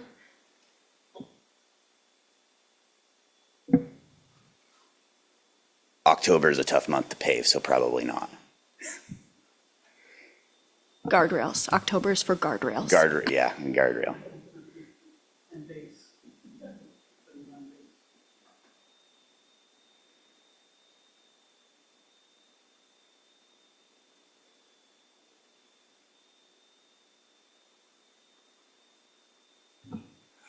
I think, I mean, if you're okay with 7 to 7 notification, we'll just keep it at that. I mean, that's what was in the application. I'm okay with keeping it a minute as is. I guess if you needed to come to the staff and be like, hey, might be able to work out an hour or two here and there, you could notify staff. It would still fall under the same notification, right? You just have to notify staff and say, hey, by the way, for the next 2 weeks, we're going to be having to do a little earlier, a little bit later because of the weather or something like that. That would still go beyond that 7 to 7. So if there's just basically, I would think the genre of this says anything beyond 7 to 7, more than 7 days, you just let staff know that, hey, by the way, if you're getting complaints, this is why we're doing it, and we just need to let you know. I think it'd still be doable. Yeah, no, that makes sense.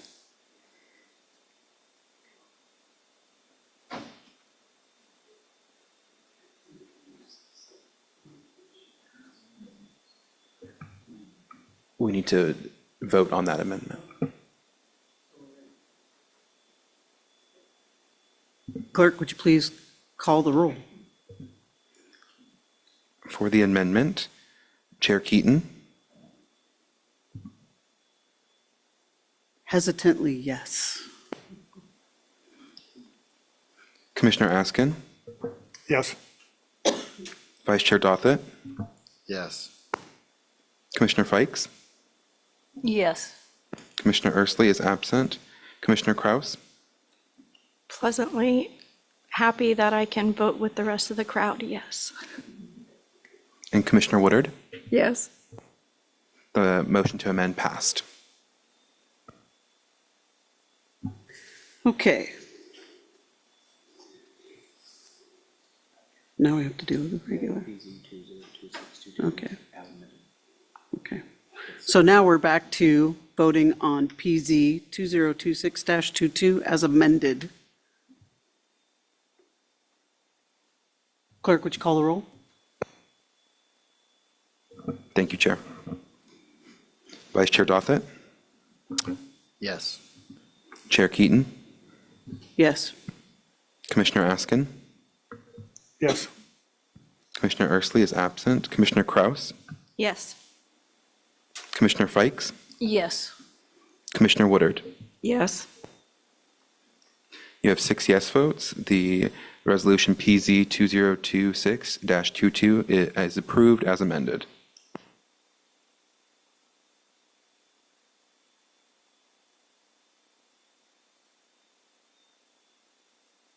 So I'd like you to please note that there is a 15-day period that an aggrieved party can file an appeal with the clerk's office on this matter. Thank you. That brings us to item G4, Resolution PZ 2026-23, granting a conditional use permit for surface extraction of natural resources on KPB parcel 4901070. Is there a motion to approve Resolution PZ 2026-23?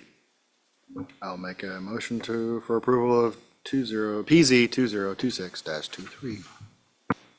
I'll second. Thank you. Director Buettner, may we have a staff report, please? Thank you, Chair Keaton. Bear with me. This is Lot 3, Beaverly Bakers. This is the eastern of the 2 lots. The applicant has applied for a conditional use permit and variance permit for the construction and operation of gravel permit and extraction within the setback for the proposed surface extraction of natural resources pursuant to KMC 1420-151 and KMC through KMC 1420-158. The extraction site will be owned and operated by Coalaska DBA, doing business as QAP. In addition to the subject lot, Coalaska also owns Lot 2 to the west and 60 acres immediately east and southeast of Lot 3. Those parcels will be utilized to access the proposed material site from Beaver Loop Road. The applicant is requesting that the CUP allow for excavation below the water table, stating is a common practice in the area, and there is active excavation below groundwater at adjacent mineral sites. In conjunction with the conditional use permit, the applicant is requesting a variance to KMC 1420-154, which will be heard later in this meeting as a separate resolution. All right, here we go. Part of the analysis. Criteria for the issuance of conditional use permit for surface extraction of natural resources are outlined in KMC 1420-154, issuance of a permit for surface extraction of natural resources. Item 1, application is substantial compliance with the requirements of this chapter.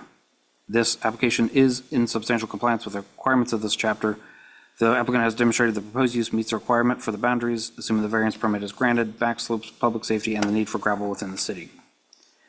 Item 2, boundaries of the proposed excavation at its greatest dimensions, including back slopes, are at least 200 feet from any road or public right-of-way, and at least 150 feet from other surrounding property lines, except that adjoining property or permitted surface extraction of natural resource sites is not required to maintain the above 150-foot excavation between sites.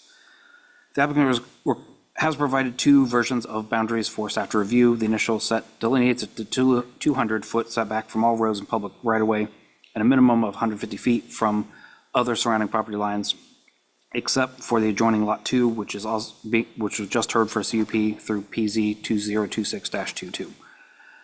The applicant also showed alternatives based on the variance of a full project that will be heard later in this meeting.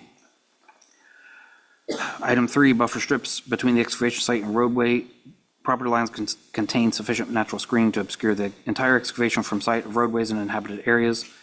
If there's not sufficient natural screening, the site plan must provide for artificial screening.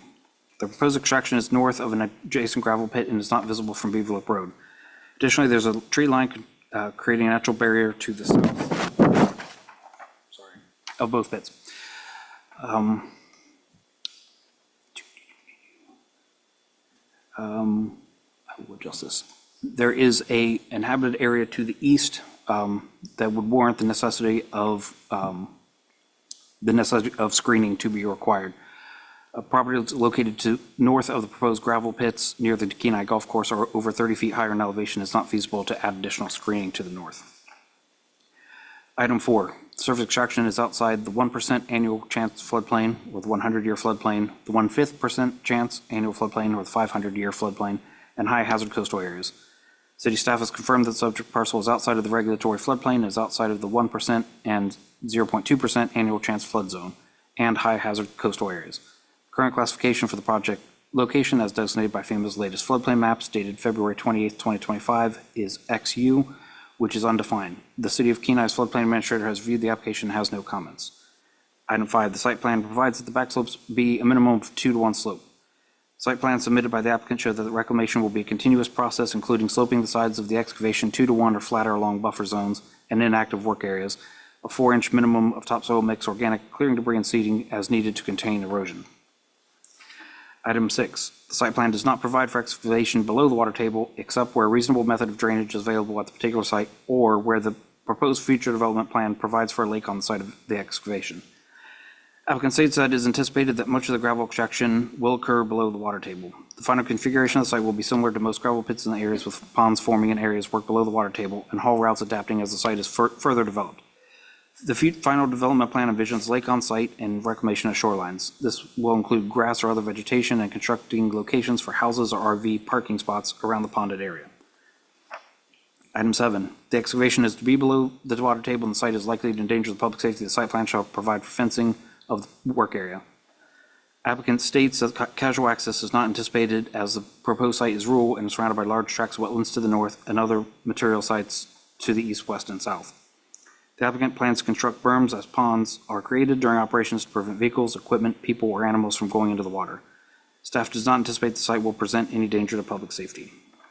Item 8, the proposed use of land after extraction is completed is feasible and realistic and is a use in the zone for which the property is located. The proposed extraction site will be operated on a continuing basis for approximately 4 years and then on an as-needed basis until the site is exhausted. Applicant estimates this timeframe to be about 15 years in total.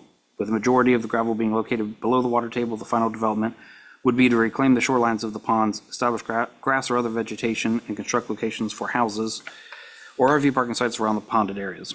Site reclamation will include grading and recontouring back slopes using overburden and topsoil to a condition that allows reestablishment of natural vegetation and seeding. The parcel does not currently have any existing structures and there are no plans for any permanent structures to be added. Anything that is stored will be temporary and movable. Staff finds it adequately addresses a feasible and realistic use of the land once extraction of natural resources on the site cease. Item 9, the extraction does not destroy the land for the purpose for which it is owned. City staff have discussed the importance of ensuring a clean water supply in the city, and the applicant will take measures to monitor water levels and be mindful of what is allowed near water and sensitive areas of the landscape. Applicant notes equipment and construction debris will not be disposed of in surface water. The applicant also plans to seed slopes with plants suitable for Alaska conditions and will limit erosion and dust that could affect the landscape. As stated in the previous criteria, no permanent structures are planned to be erected, which will leave the parcel vacant and ready for future development.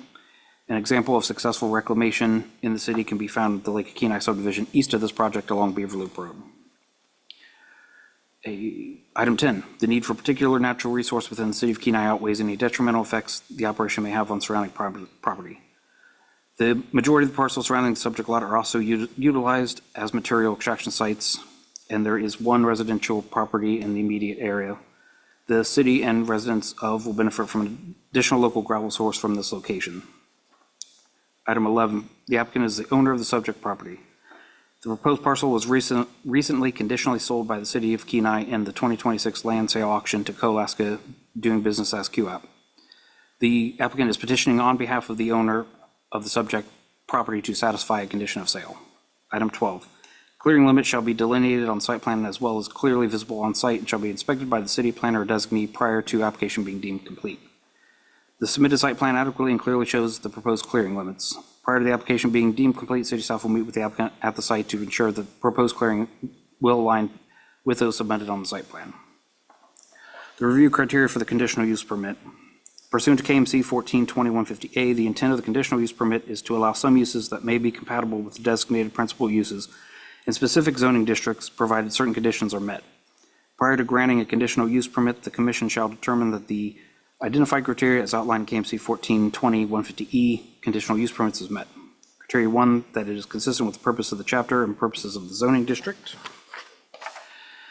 Properties within the rural residential zone pursuant to KMC 1420-080. The intent of the zone is for low-density residential development and attractive residential environment to prohibit uses that would violate the residential character of the environment or generate heavy traffic in a predominantly residential area, and to separate residential structures in order to prevent health hazards and preserve the rural open quality of the environment. Surface extraction is conditionally permitted use and can be consistent with the intent of the residential zone, especially when the reclaimed property is developed to allow for future residential uses. The proposed extraction is adjacent to existing permitted gravel pits and vacant lots. It would not change the character of the neighborhood and would be consistent with the current development, and once reclaimed, will meet the purpose and intent of the rural residential zone. Criteria 2, the value of the adjoining property and neighborhood will not be significantly impaired. Adjacent property to the north is undeveloped wetlands owned by the city of Kenai and Alaska DNR. Adjoining properties to the east, west, and south are material sites, and there is one residential to the east. Staff does not find the value of adjoining properties and neighborhoods will be significantly impaired as it aligns with the current uses of the immediate area, and existing haul routes off Lot 3 will meet up and follow existing routes. Criteria 3, proposed use is in harmony with comprehensive plan. 2016 Imagine Kenai 2030 Comprehensive Plan classifies the subject property as parks, recreation, open space, which is defined or intended for public recreational facilities as well as undeveloped lands that provide for conservation of natural or scenic resources. These areas can be used for a variety of passive and active outdoor and indoor sports and recreational activities. Areas that may be suitable for future natural resource development may be included in this category. The location of the pit minimizes the potential for conflict with neighbors as it fits with the pattern of land use along the north side of Beaver Loop Road. Therefore, the staff finds that the proposed use would be consistent with the intended purpose of the comprehensive plan. It meets the relevant goals of the comprehensive plan, specifically Goal 2, economic development, through Objective ED1, promoting projects that create workforce development opportunities. Goal 3, land use, is to develop land use strategies to implement a forward-looking approach to community growth and development. Specifically, Objective LU1, establish siting and design standards so that the development is in harmony and scale with surrounding uses. And LU11, when feasible, consolidate access to and between land uses via frontage roads or shared driveways and onto main streets and highways. Criteria 4, public service and facilities are adequate to serve the proposed use. CoAlaska owns 60 acres immediately east and southeast of the subject lot. These parcels will be utilized to access the proposed material site from Beaver Loop Road. This does not increase the amount of potential conflicts along Beaver Loop Road and effectively consolidates the additional traffic flow to one shared access point. Additionally, the applicant will have sufficient sanitation facilities located on site. The city finds that the proposed services and facilities are adequate to serve the proposed use. The proposed use will not be harmful to the public safety, health, and welfare. Casual access to the property is not anticipated, as it is surrounded by large parcels of similar use and is not situated near any amenities such as fishing parks or recreation. The applicant notes that the adequate adjacent existing barriers and screening will be utilized. The extraction site will not be a safety concern or visual impairment. The applicant has shown plans for reclamation and will be mindful about materials stored near any water sources. Criteria 6, any and all specific conditions deemed necessary by the commission to fulfill the above-mentioned conditions should be met by the applicant, and these conditions are stated at the end of this report. Public notice pursuant to KMC 1420-280C, notices of the public hearing for the conditional use were mailed to property owners within a 300-foot periphery of the subject property. City staff published notice of the public hearing in the Peninsula Clarion. City staff submitted an affidavit of posting verifying the sign was placed on the parcel with information on the public hearing for the conditional use permit request. As of the date of this report, no public comment had been received. Since then, they've been added to this packet and as a laydown. Staff recommendation. Staff finds that the proposed conditional use permit for the surface extraction of natural resources on the property described as Lot 3, Beaver Loop Acres, Addition Number 3 subdivision, meets the criteria for issuance of a conditional use permit as set forth in subsections E1 through E6 of Kenai Municipal Code 1420-150 and subsections A1 through A12 of KMC 1420-154, and hereby recommends that the Planning and Zoning Commission adopt PZ 2026-23, approving the conditional use permit subject to the following conditions. 1. Any development or use of the property shall comply with all applicable federal, state of Alaska, and city regulations, regardless of whether or not the requirements are listed as conditions for the approval of the conditional use permit. 2, that the applicant would properly store fuel oil and hazardous materials away from wetlands or other sensitive areas of the landscape. 3, the applicant will not store or fill materials such as concrete and construction waste in or near areas with the exposed water table. 4, the applicant will limit noise disturbance and not use compression, release, engine brakes, or jake brakes. Applicant will adhere to proposed hours of operation, 7 a.m. to 7 p.m., with the allowance of outside hours being utilized on an as-needed basis, project-specific, as-needed, or project-specific basis, and not ongoing. 5, the applicant will meet with city staff for on-site inspections when requested. 6, if there's an expansion or change of the use for the subject property, a new conditional use permit must be obtained as stated in KMC 1420-150I5. And 7, permit holder will submit a yearly report between October 1st and December 31st to the Planning and Zoning Department that includes summary of the on-site activities. Thank you. So, I have a question. Is it our intent to amend this as we amended the previous resolution? Yes, I was going to plan to make both amendments to this. So I don't know if we want to do that now and then open it up to comment or not. I think the people should be able to comment on our amendment too. Fine, then I will move to make both amendments as per 22. Yeah. PZ 2026-22. Which I will read into the record our changes. I think procedurally, we have to open it up for public comment Public first comment first. before we make the motion Okay. to amend. Okay. Thank you. Is there anybody from the general public that would like to speak to Resolution PZ 2026-23? Go ahead, come on up.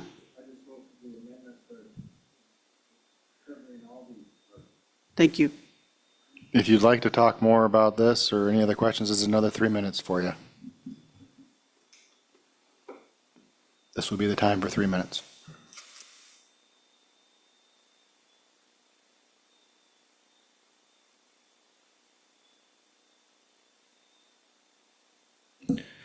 I'd just like to clarify my position on the white noise amendment, that I expect it to be for all the QAP operations at this area in Beaver Loop, all parcels. And that's what I'd like to get out of this. That's, we agree. We have to do them one at a time, however. All right. Thank you. Anybody else? Is there anybody, would you like to come forward again?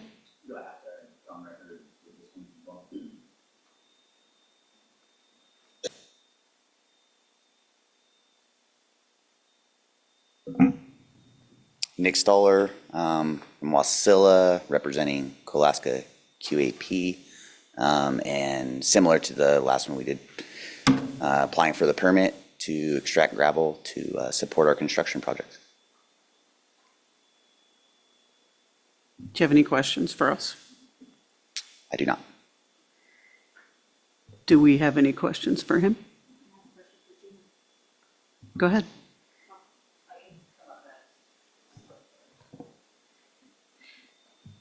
I do not understand these graphs, so I was hoping you could tell me what is important about these graphs. Microphone, please. Gina DeBartolome, McLean Consulting. The question were regarding the material report that was prepared maybe 3 or 4 years ago, along with it. So it really was test holes and a geotechnical kind of report on marketable materials. So what you have there is you'll have tables that show the test holes, and they have depths, so it shows the stratus as you excavate test holes. What you would like, I don't have it in front of me, but the top maybe 8 to 10 inches would be like your organics, and then from there to next would be like a silty sand, and then it shows where the viable gravel is and what kind of grade the gravel is. So what the graph you were just kind of holding up for me is a sieve analysis or a gradation.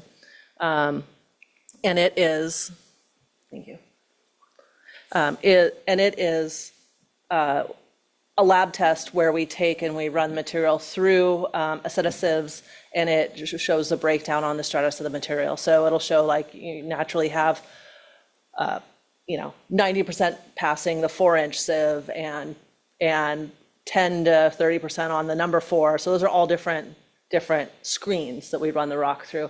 And what that does is show what that material is viable for constructing. So when we talk about our base material in a road, that's a clean draining material. So it has low fines, like low 200s.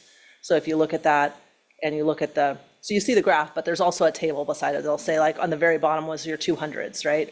And that's how much silt or really fine dust particles are in it. And that's a binder in your material versus your rock. And that's all that is. So when a contractor looks at a material site and they want to look at those gradations of those sieve analysis, so that they know if they can make the specification of gravel required for a project.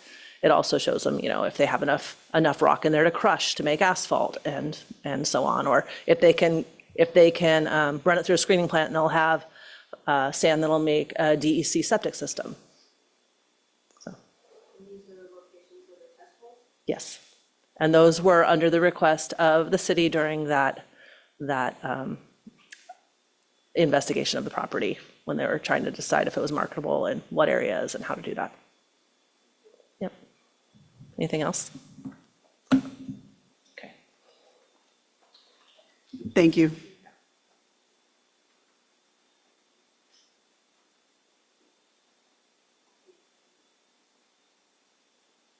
Are there any other comments from anybody? Is there anybody online? There is not. Thank you. Any other comments? Any comments or questions from the commission? Okay. Can we go ahead and put forth the amendments, please? Yes, I'd like to make both amendments that we made previously to the 22 as far as this. So if we're going to read those minutes in, and then we can vote upon them. I'll second.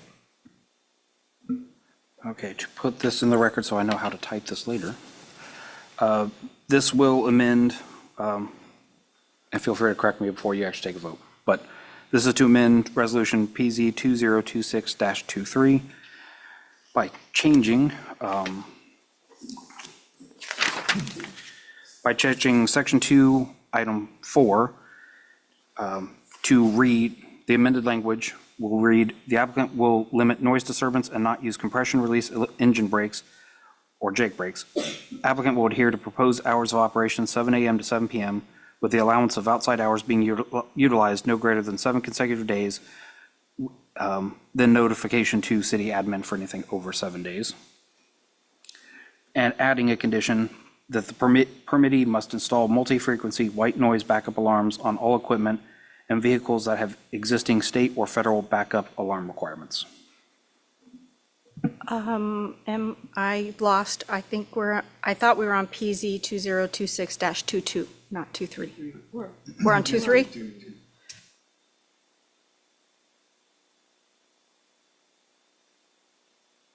These are adjacent lots, so the staff reports are essentially identical.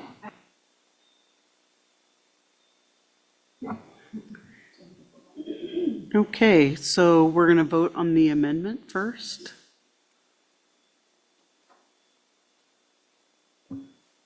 Yes. I'm waiting for her to finish. Oh, she's ready? Okay. And clerk, would you please call the roll for the amendment? Thank you, Chair. For the amendment, Commissioner Askin, Yes. Vice Chair Dothett, Yes. Commissioner Fikes, Yes. Commissioner Ursley is absent, Commissioner Kraus, Yes. Commissioner Woodard, Yes. Chair Keaton. Yes. You have 6 yes votes. The amendment passed. Thank you.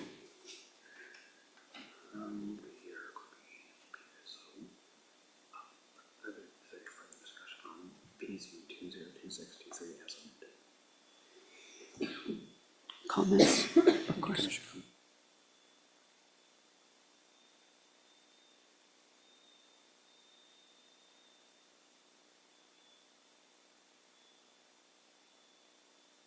PZ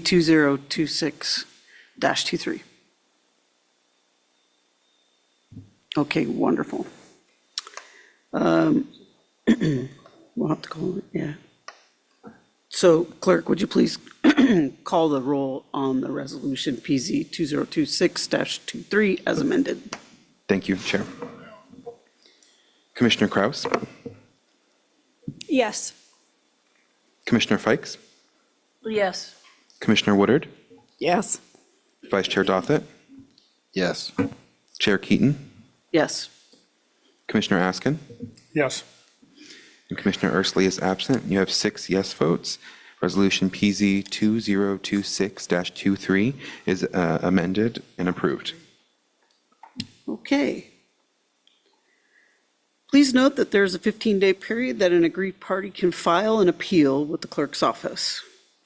We are now on item G5, Resolution PZ. Could I please ask for a 2-minute break to get some coffee? 2 minutes? Yeah, I We'll just make it- need we'll something make it for my 3. throat. I would say 5 would be good. Let's make it 5. There we go. All right. Perfect. Thank you. For the record, we're Sorry. at an We'll be for- at ease for 5 minutes.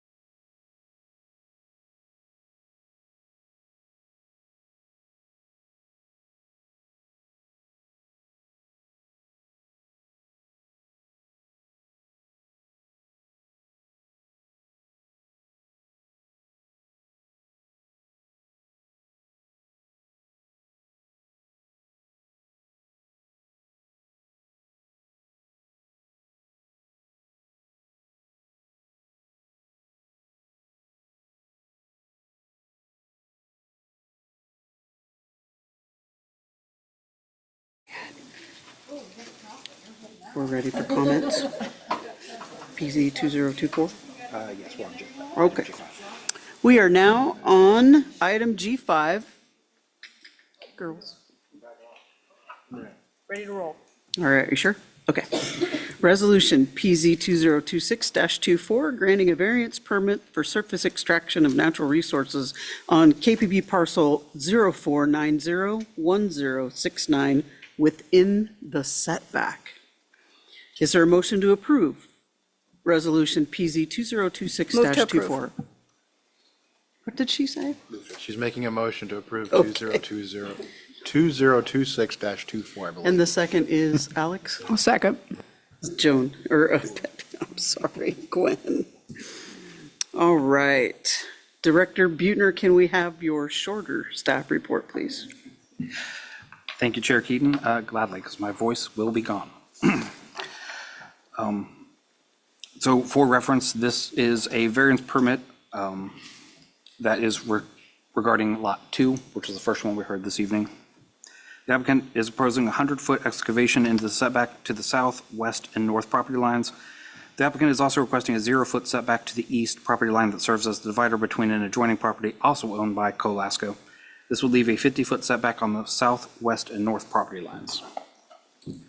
Pursuant to KMC 142180A, the intent of a variance permit is to provide relief to the development requirements of KMC 1420 when the literal enforcement would deprive a property owner of reasonable use of his or her real property. Prior to granting a variance permit, the commission shall find that all the conditions have been met as set forth in KMC 1420-180C, variance permit review criteria.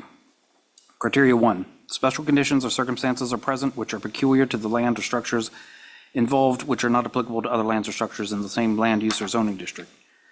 The variance permit is being requested to best utilize the resources of the current area. The property adjacent to the south is a currently permitted material site, and the property to the north and west are undeveloped wetlands owned by the City of Kenai and Alaska DNR. The property adjacent to the east is another lot owned by the applicant that is also undergoing the application process for a conditional use permit of the same type with similar buffer variance requests.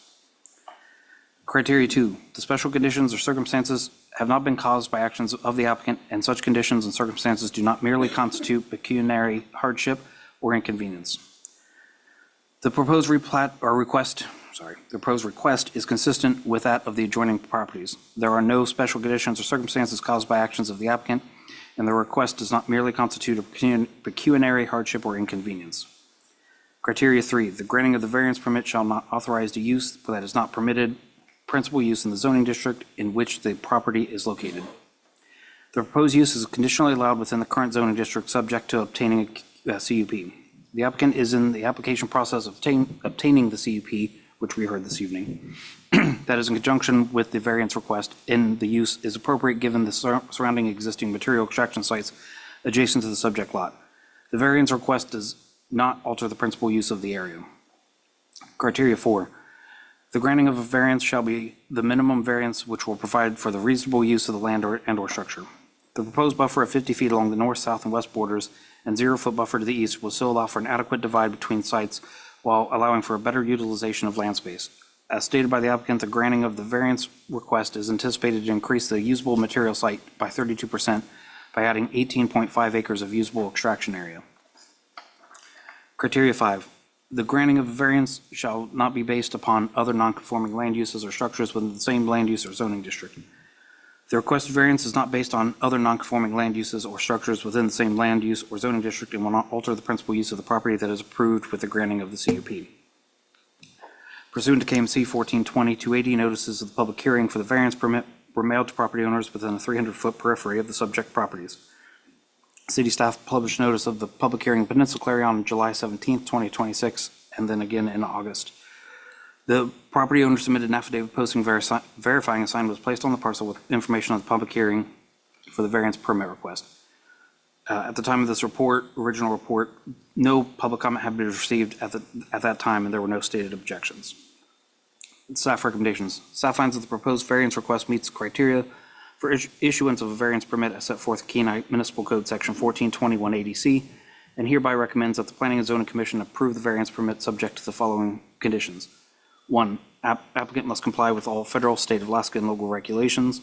And 2, applicant must obtain applicable permits and file all required landscaping and site plans prior to beginning construction. Thank you, Director. Is there anybody from the general public that would like to speak to Resolution PZ 2026-24?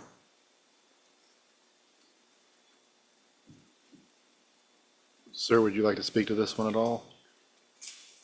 This is the time to do it. It's a variance. This is the setback variance. Okay.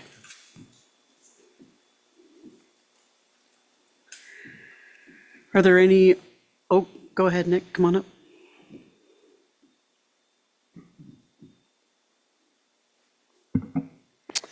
Nick Stoller, Wasilla, representing Kolaska QAP. So the reason why we're requesting the variance is, as this was intended to be a gravel resource through the auction, our main goal is to maximize the gravel that we can get out of the locations. And going to the typical code of, I believe it's 150 and 200, depending on property line versus right-of-way and easements. It substantially reduces, I want to say like 40%. It's a lot of reduction in the obtainable gravel that we can get.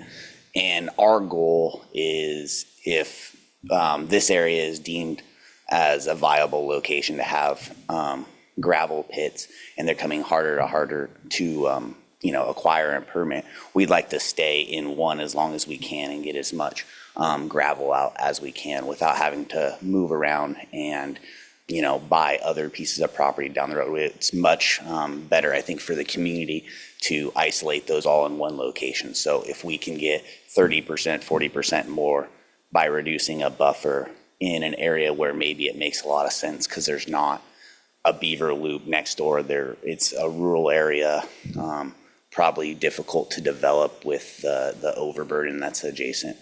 Seems like a good candidate, so that would be why we thought it was reasonable.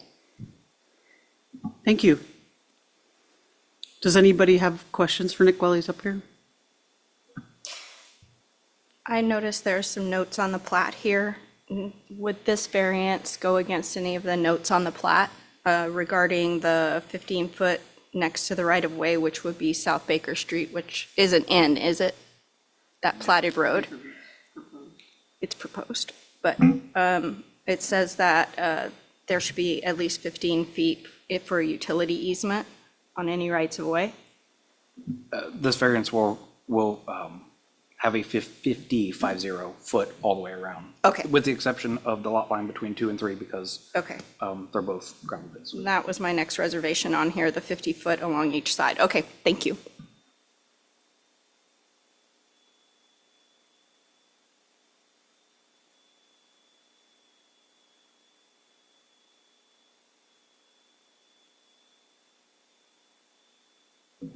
Gina DeBartolome, McLean Consulting. First of all, I stood up because if there are questions on the plat, I can answer those with a lot of experience also. But I would also like to point out, because I think precedence is always important in a public meeting, that I do know that like the Childs Avenue pit has reduced setbacks on it. And so I just wanted to bring that up. I think it was permitted about 10, 12 years ago, kind of. I don't know about any of the other ones since then, but it has greatly reduced setbacks on the adjoining property lines and on the right-of-way on Childs Avenue. So that is the one that is owned by BMCG, and it's over adjacent to Processor Creek, kind of across the bridge access from the dock, the public dock, and right below the bluff of like Port Lock and such. So anyhow, it is a small site, and then it was expanded later on, the additional permit on the adjacent property. But yeah. Thank you. I guess I have a quick question for staff. The lot line between this proposed lot and the other one that we're looking at here in a second, the setback doesn't pertain, so they can go all the way through, correct? Or is there still something there? No, they would go all the way through, it would be 0 foot. We'd eliminate the setback, which is allowable by code when you have two adjoining gravel pits with the same owner. So in this case, it would work. It would not work if it was Company A and Company B had two pits unless one of them bought each other out. That's the only way you can do it. Okay, so they don't have to replat that line to eliminate that line to make it one. They can just go through both. Okay, That is correct. thanks. Could they use that as access to bridge access from their other pits? There's no access to bridge access. They'd be going right through wetlands. We still retain a very large tract to the west. This one would connect to, wouldn't be doing Beaver Loop, they could come right out on the bridge access. Yeah, no, I understand. It's not as long as you think, but it is long. All in gravel and Argos. Yeah. as we mentioned in the CUP for both of these, the staff report, they would be utilizing their access point through their existing lot that is closer to Beaver Loop. So you're not going to have a lot of different conflict, but you'll have what we call traffic conflict points where trucks and moving traffic are going to be interacting, but it's going to be consolidated to their existing access points.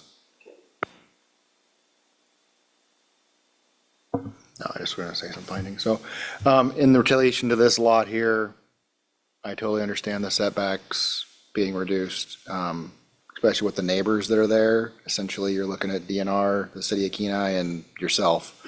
So I don't see a lot of future development, not residences around there. If this was surrounded by houses, I'd probably be looking a little bit more curious about that. But in the relation to where this is and what this area looks like, this is a good fit for this. And I understand wanting to optimize the amount of gravel to be able to take out of this with the least amount of harm to anybody, any residential areas, and this is a good spot for it. So I will be in favor of this.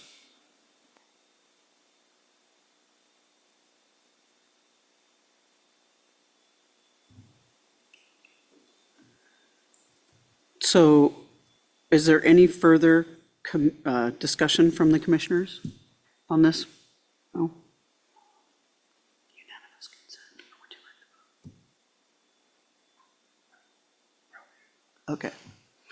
All right, clerk, would you please call the roll on this resolution PZ 2026-24? Thank you, Chair. Chair Keaton, Yes. Commissioner Askin, Yes. Commissioner Ursley is absent, Commissioner Kraus, Yes. Commissioner Fikes, Yes. Commissioner Woodard, Yes. Vice Chair Dothett. Yes. You have 6 yes votes. Resolution PZ 2026-24 is approved. Thank you. I would also like to note there's a 15-day period that an aggrieved party can file an appeal with the clerk's office.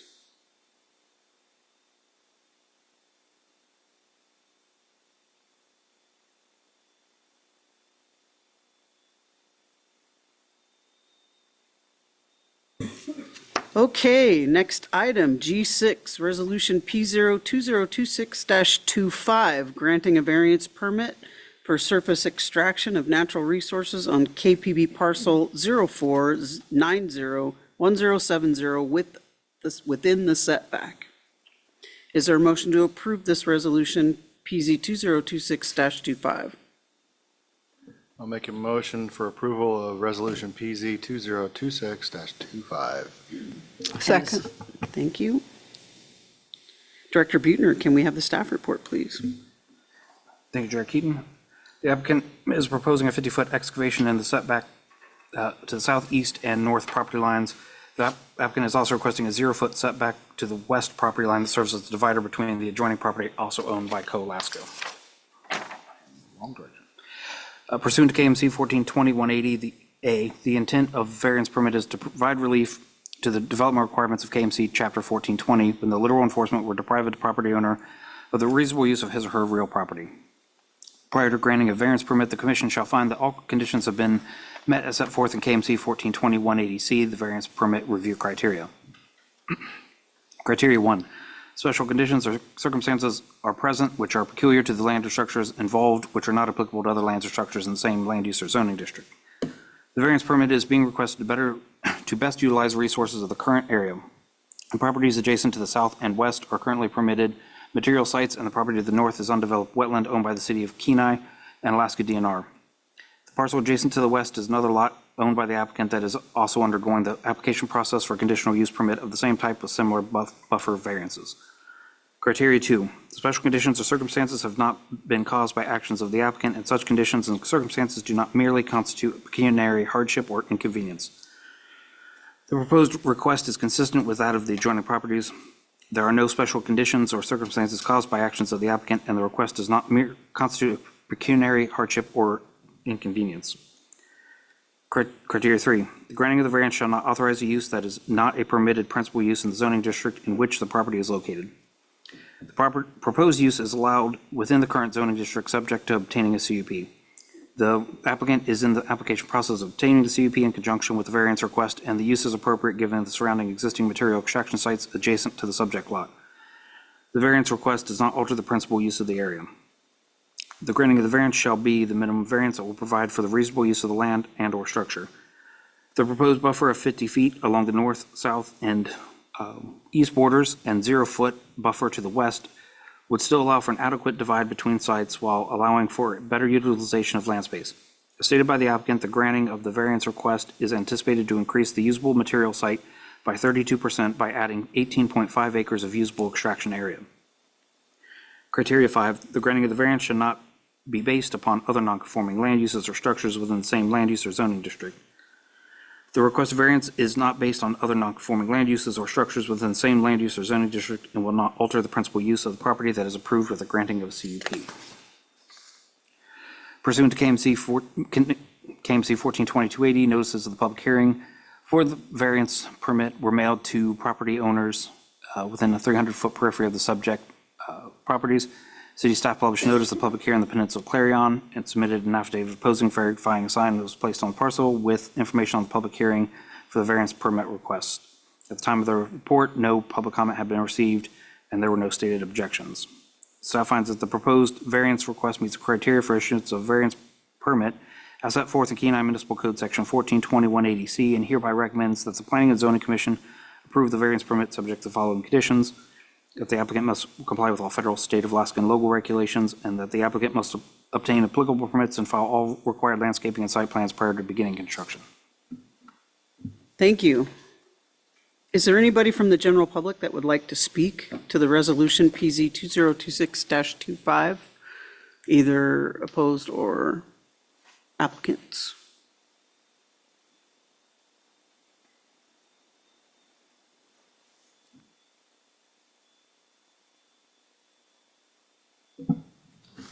Nick Stoller, Wasilla, representing Kolaska QAP, and similar to the last resolution for the setback variance, this property is also surrounded by other gravel pits and KPP land and our own property to the southeast and the lot that we just went over to the west. So same thing, tried to maximize the intent of the material resources. Thank you. Does the commission have any questions for Nick? Yeah, just for clarification, and you might know, it might be a Gina question. You own the properties on two sides of this, or three sides technically now. How much property is that little sliver that the other gentleman in here, do you know how big of a section that he owns on that one that abuts that? Just linear feetage roughly, you know? I don't know.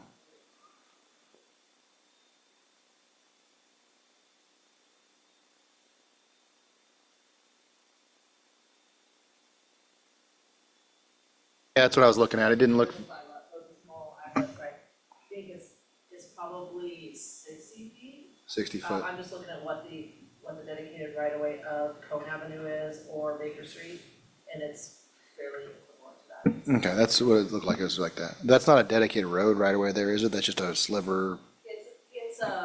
It's a sliver of that to get to that parcel. Okay, it's an access It can be point. used for like a driveway. Okay, It's not a right of way, but it can be used for a driveway. okay, it's an access point possibly in the future, but it's not a dedicated roadway. Okay, that's what I was curious. Thank you.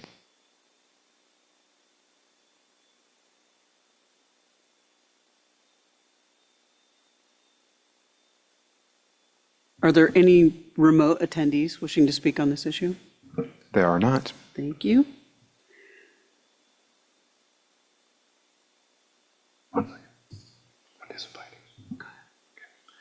On this one here, similar findings is what I'm looking at in the previous lot. It does border a very small portion of it to the other gentleman's property, but it's more of an access point. It's not a residential home going to be built right next to it, so that's where I see the setback variance here is acceptable in my view.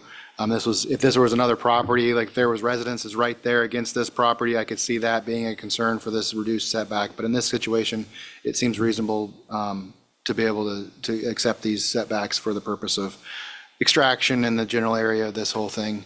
I don't see it being a big enough implication there, so I will be for this.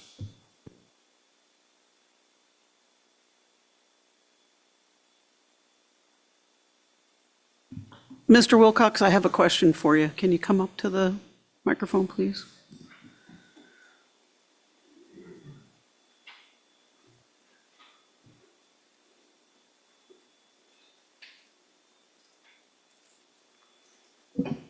Would you tell me what your feelings are about this sliver of land?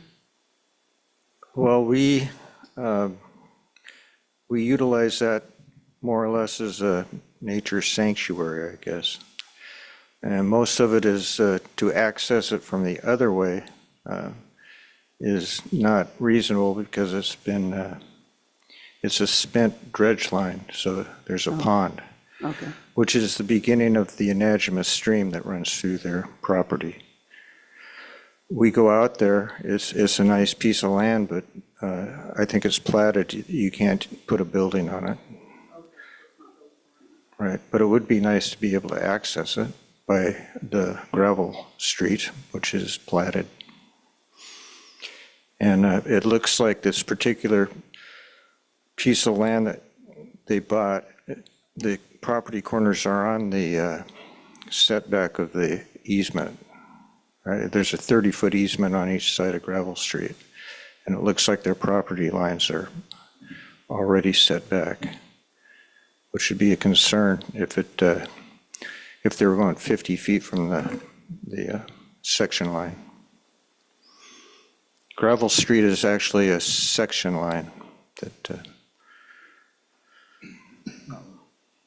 To clarify to Mr. Wilcox's, Gravel Street it's on the eastern border of the parcel. It is a platted but not built city street. Their property line, so that is I believe it's 60 foot. No, it's 66 because it's a section line. The section line is not part of their property. This variance would be 50 feet from that as well. So it would be, if Gravel Street were to be put in right along the section line, as it could be in the future, we're looking at the first 50 feet of their property that is not in that section line. So it would be, forgive my math, 83 feet from the center line of a potential gravel street if it were to be put in. that sounds reasonable to me. That's what I wanted to hear. Thank you. Does anybody else have any questions before we go to a vote? Okay. Clerk, would you please call the roll on PZ 2026-26, or I'm sorry, 25. Thank you, Chair. Commissioner Kraus? Yes. Commissioner Fikes? Yes. Commissioner Woodard? Yes. Vice Chair Dothett? Yes. Chair Keaton? Yes. Commissioner Askin? Yes. Commissioner Ursley is absent. You have 6 yes votes. Resolution PZ 2026-25 is approved. Thank you. Please note there's a 15-day period that an aggrieved party can file an appeal with the clerk's office.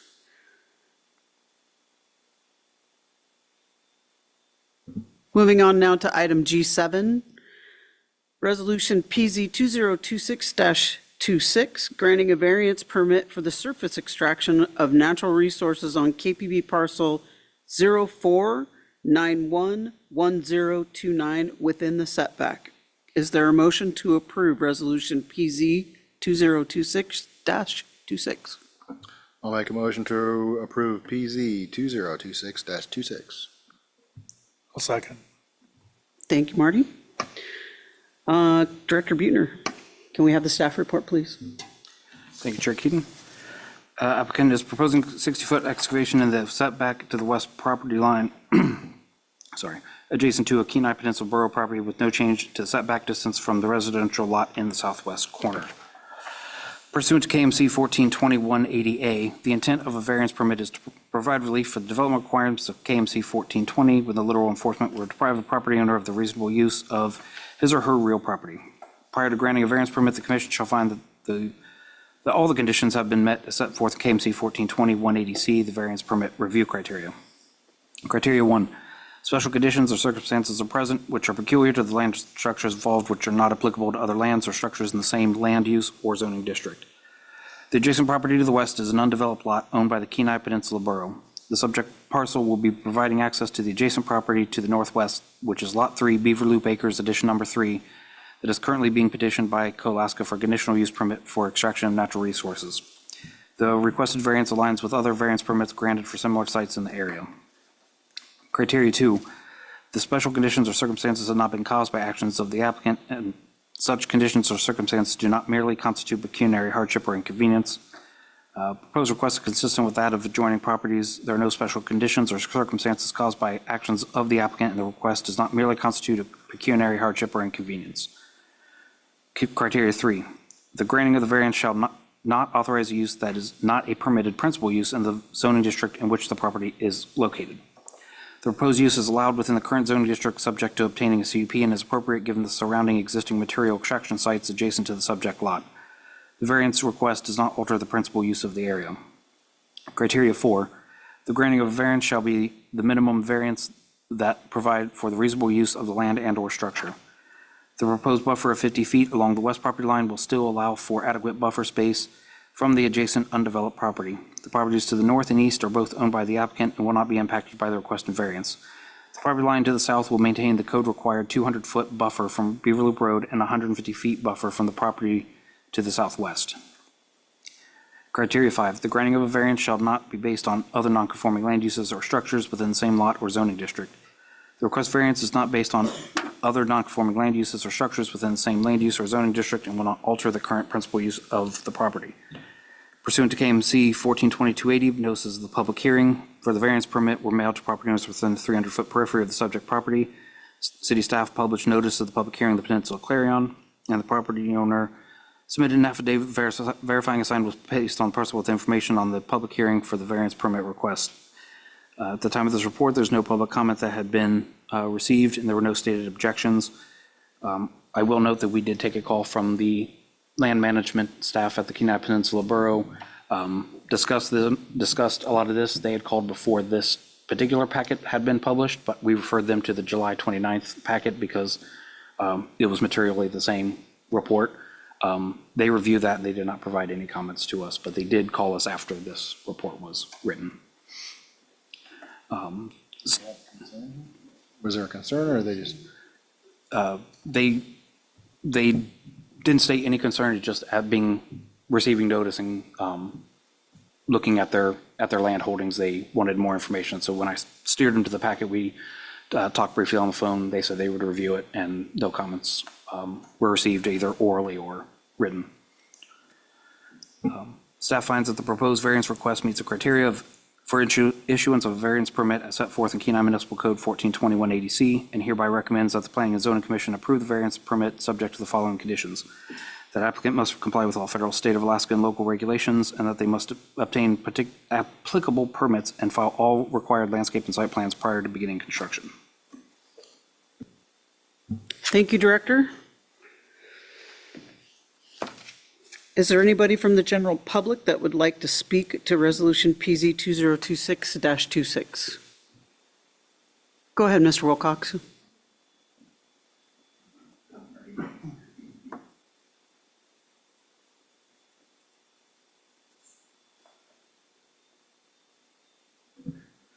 Okay, my concern here is the same gravel street that we spoke of in the previous resolution. This one, there's a 33-foot easement rather than the property line. So is it 50 feet from the easement, or is it 50 feet from the property line? I think it should be 83 feet from the property line. And also, the borough was, I heard about this, they did a little research because they wanted to know if they could sell gravel out of their piece. And maybe the McLean specialist can speak to this, but right in the center here is a peat bog. And there was a fellow called Meeks that used to sell peat out of there. And the borough found, maybe through the McLean people, that there's indeed peat right in the center of this parcel of the boroughs. I own the property across the street, Beaver Loop here, and I have 2 wells. I'm concerned about contamination from this dig into the water line. And I don't know, does that mean I should get my water tested now if this goes through and get it tested later and hold QAP accountable? But those are my concerns, contamination, and why do they need to dig in that area?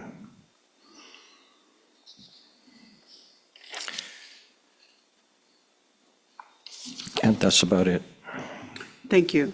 Would you like to comment?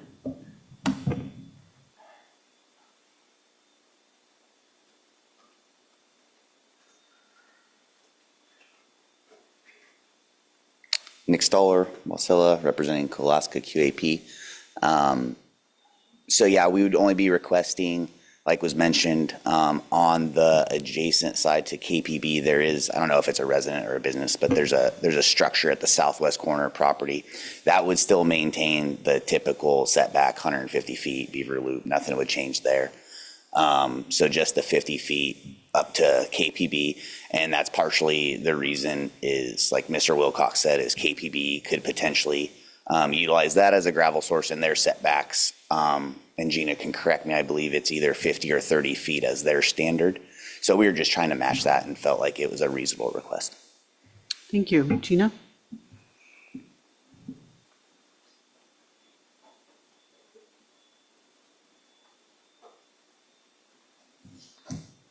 Gina DeBartoleben, McLean Consulting. So I think that some of the justification when we're looking at what might be a viable variance is based on precedence.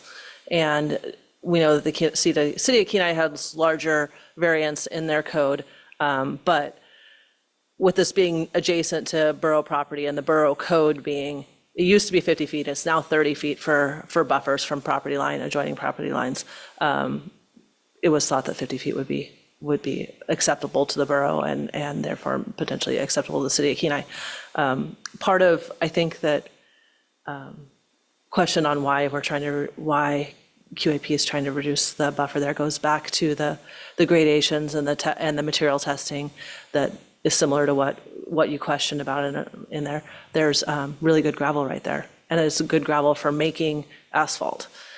So, trying to utilize as much resource in the already existing material sites. It's a balance. So, does that answer I have a question. So this, on the plat, it's referred to as a 33-foot section line easement. Do we have the right to vacate a section line easement?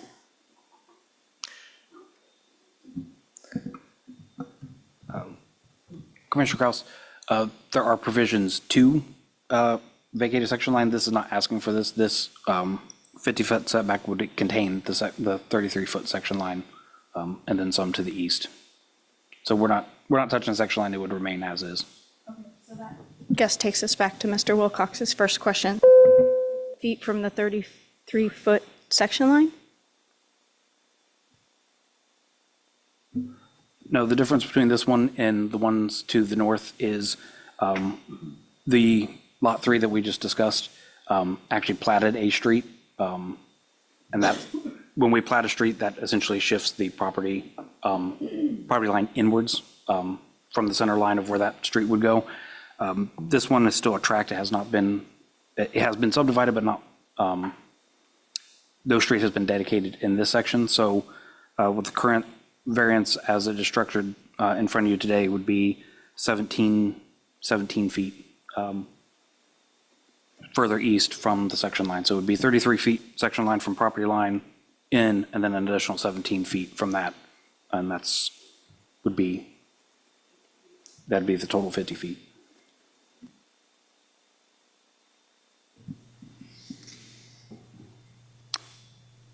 Does a section line denote an area of access? Yes. It is public access, does not mean it is a dedicated street in all areas, but is reserved for that particular reason. But access will be cut off if they dig there. It will not be cut off. They would go up to within 17 feet of a potential, within that section line. So section line is actually 66 feet wide, but half of it's on the adjoining. Our road standards for a fully developed road is 24 feet, and that would be from the middle line. But the section line, in almost every case in Ohio, or sorry, wrong state. Can you tell I'm from the Midwest and tired? In Alaska is 66 feet with very few exceptions. So this would not cut off access, but currently there's no platted access in this location.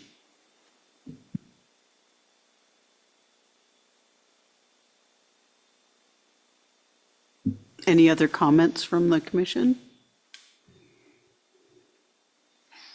Okay, I guess I'm Oh, just go trying to ahead, look, Alex. on this, I'm just trying to look for the, I guess maybe I'm looking at the wrong thing. I'm trying to find the lot where it says the setback will stay the 150 feet from that residence. Is that in there? Yes, in this page What page is that? 140, page 142, if you see right under where it says 150-0, there is a residence to the south has a green roof.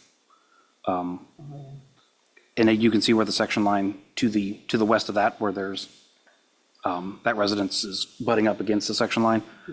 They're keeping that 150 feet from the back part of that lot, that property line, that residence, to the north. So they're not doing the entire western boundary. They're doing as much as they can, but still meeting the code required 150 from the residence to the south. Okay, so just in this picture, just the section that they're asking for the setback reduction is the yellow portion, correct? That is correct. The residents will maintain it, and so will Beaver Loop will also maintain it, correct? Yes. Okay, that's my concern. Thank you. In this situation, I'm fine with that.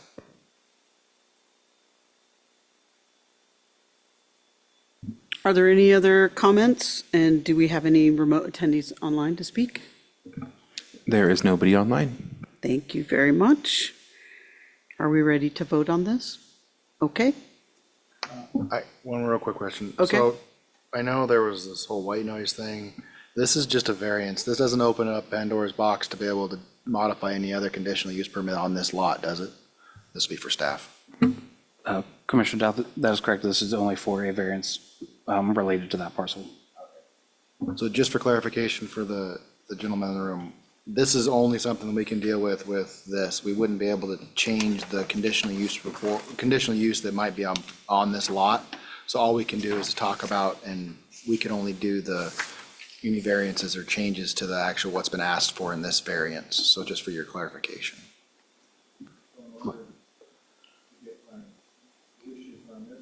you got to come up to the microphone. I'm sorry, Ms.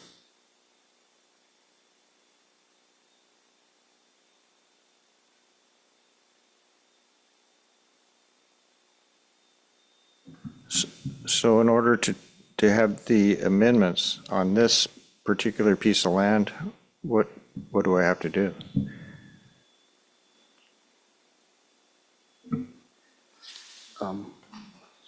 Mr. Wilcox, so I think this body, would be well within our rights to talk to the current property owner because their current CUP,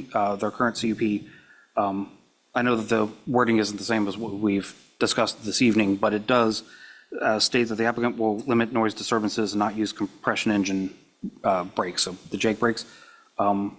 I think, as we've seen from the applicant, that they're willing to be amenable to some of these conditions so that they can be a good neighbor. And I think that since it is a larger area, I don't think it's out of the realm of possibility for them to, I won't speak for them, but I don't think it'd be outside the realm for them to adopt this, I'll say, site-wide. I respectfully asked 2 weeks ago for their noise reduction. I submitted the documents, the email that I wrote to both the city planner and the SWIP contact on that piece of property. And there was no change. It's quite loud. Well, so also within that CUP, it does say the applicant will meet with city staff for on-site inspection. So as all was addressed to our public works director, myself, we can definitely have a meeting with the applicant and the people there on site to address this on the existing CUP. Just for question, and this might take some research for the staff, don't mean to put you on there. What is the time frame on the current CUP? Or when would it be up for a renewal, or it only can change when they change hands, correct? That would be the time when it changes hands to add anything. Is that how that works, correct? No, the only time is if they change use and they would come back because they would be adding something, taking something away. Conditional use permits, as long as they meet the requirements. This said, if this body felt, there are provisions in code that if we were to be directed, which we could be, to investigate if there's complaints, we have received complaints, we can follow up and provide a report to the commission. Then the commission at that point, it's under the section of code where if there are findings that they're not meeting the intent of the conditional use permit, which has been brought forth by our public testimony, we can, after an investigation, bring a report to the commission. The commission then could consider revocation, but we do have to give the CUP holder time to rectify the situation. So I think having an on-site inspection, having a conversation with the owner would be appropriate at this level. If things do not change and we had continued issues, then this body could go through the investigation phase. Would it be first step revocation, or would it just be a mitigation? Where like, hey, can we just put in writing this variance or this conditional use permit will match the zoning ones, or does that just go straight to, there's an investigation and there's a revocation process? We're all learning here. I would have to dig into that because I personally have not exercised this piece of code. So I'll get clarification on that process from the city attorney. The intent is to, if there was an investigation, the first step is to try, one, to mitigate the issue, but, have the CUP holder mitigate the action that is in violation of their CUP. So I think the appropriate first step is to take Mr. Wilcox's testimony, myself and possibly the public works director, have a conversation with the on-site for the existing pit as it is, and hopefully that can mitigate all this. If it does continue, I would highly encourage Mr. Wilcox to let us know, and we will start exercising that piece of code that gives us the ability to do a formal investigation. That help you at all, sir? It did, but I mean, let me play this. This was like last night at 6:30.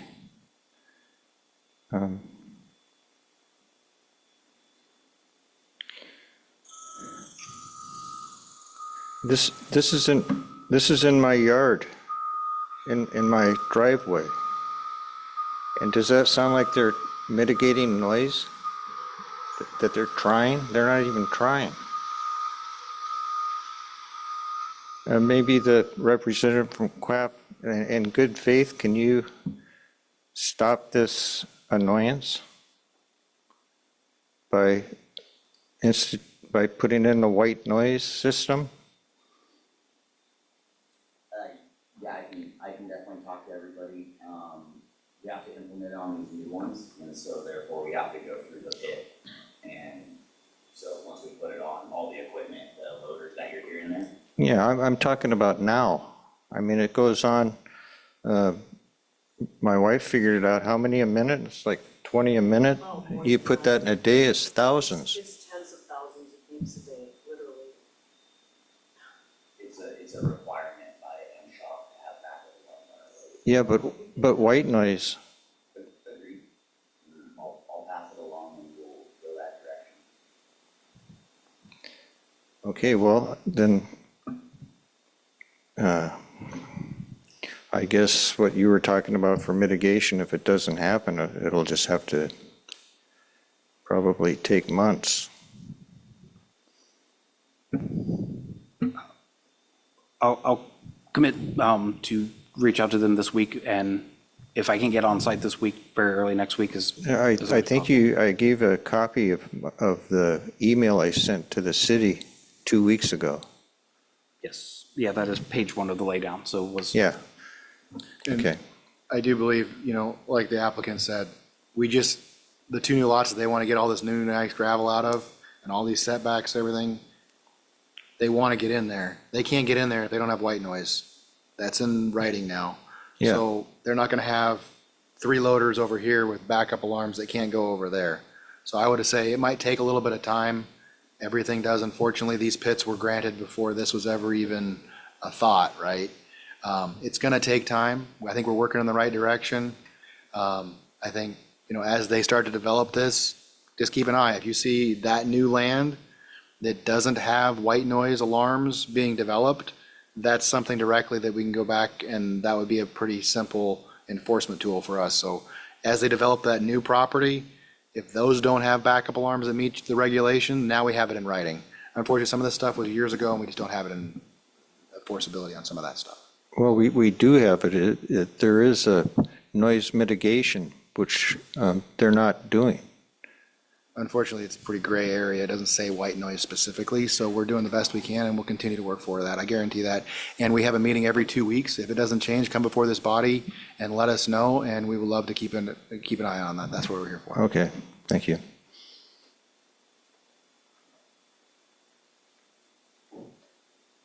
You ready to vote? Okay. Clerk, could you please call the roll on Resolution PZ 2026-26? Thank you, Chair. Commissioner Fikes, Yes. Commissioner Woodard, Yes. Vice Chair Dothett, Yes. Chair Keaton, Yes. Commissioner Askin, Yes. Commissioner Ursley is absent, Commissioner Kraus. Yes. You have 6 yes votes. Resolution PZ 2026-26 is approved. Thank you, Clerk. Please note there's a 15-day period that an aggrieved party can file an appeal with the clerk's office. Next item is item H, new business. We have no new business. Next item is I, reports, planning director. May we have your report, please? Thank you, Chair. I think you've heard me talk way too much this evening, so I do not have a report. Agreed. Okay, for my report, there was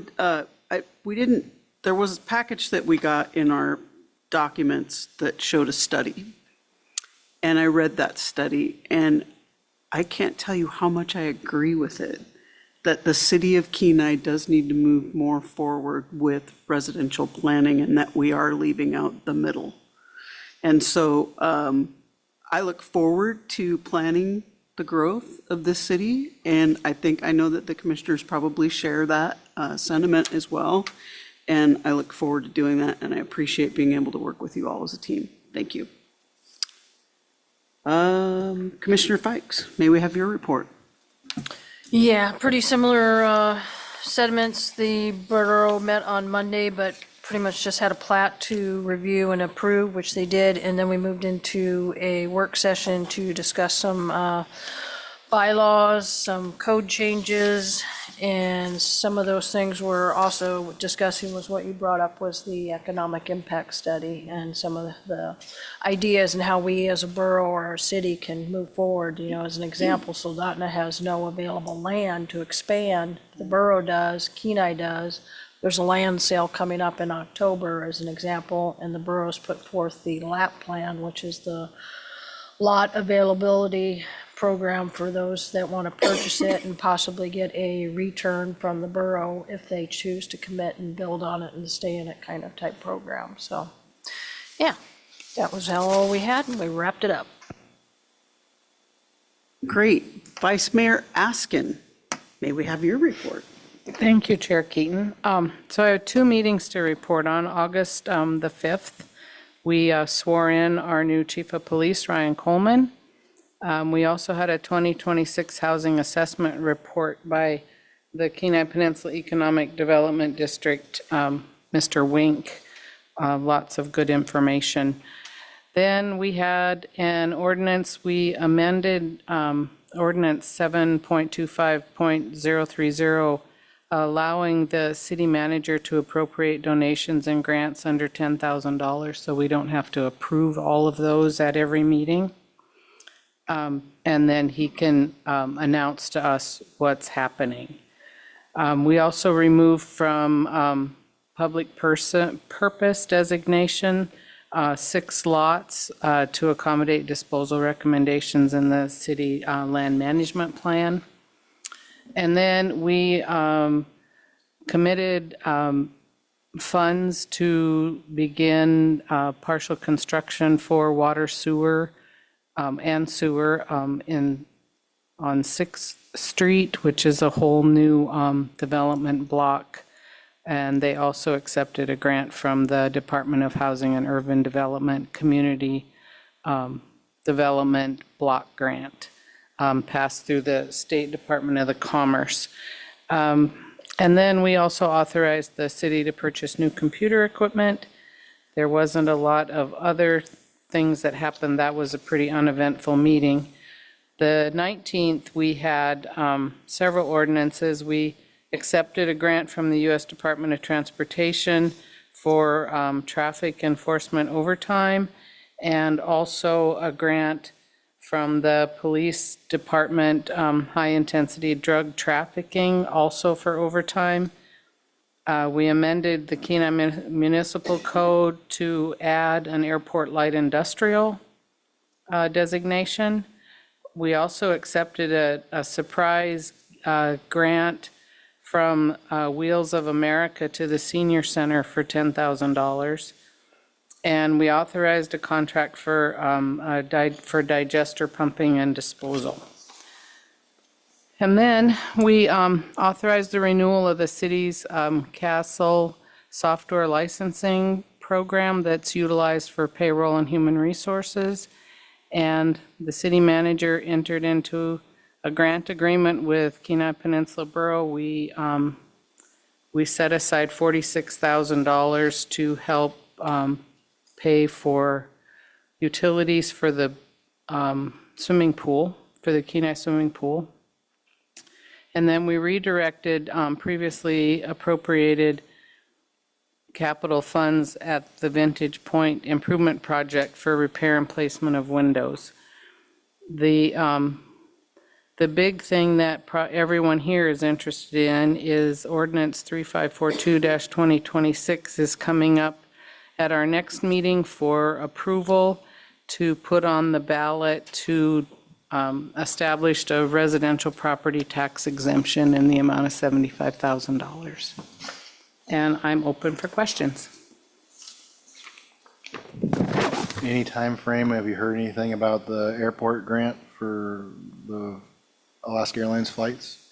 Any word on that grant No. application yet? No word on that. They are, however, ahead on paving and are expecting to wrap up a little sooner than anticipated.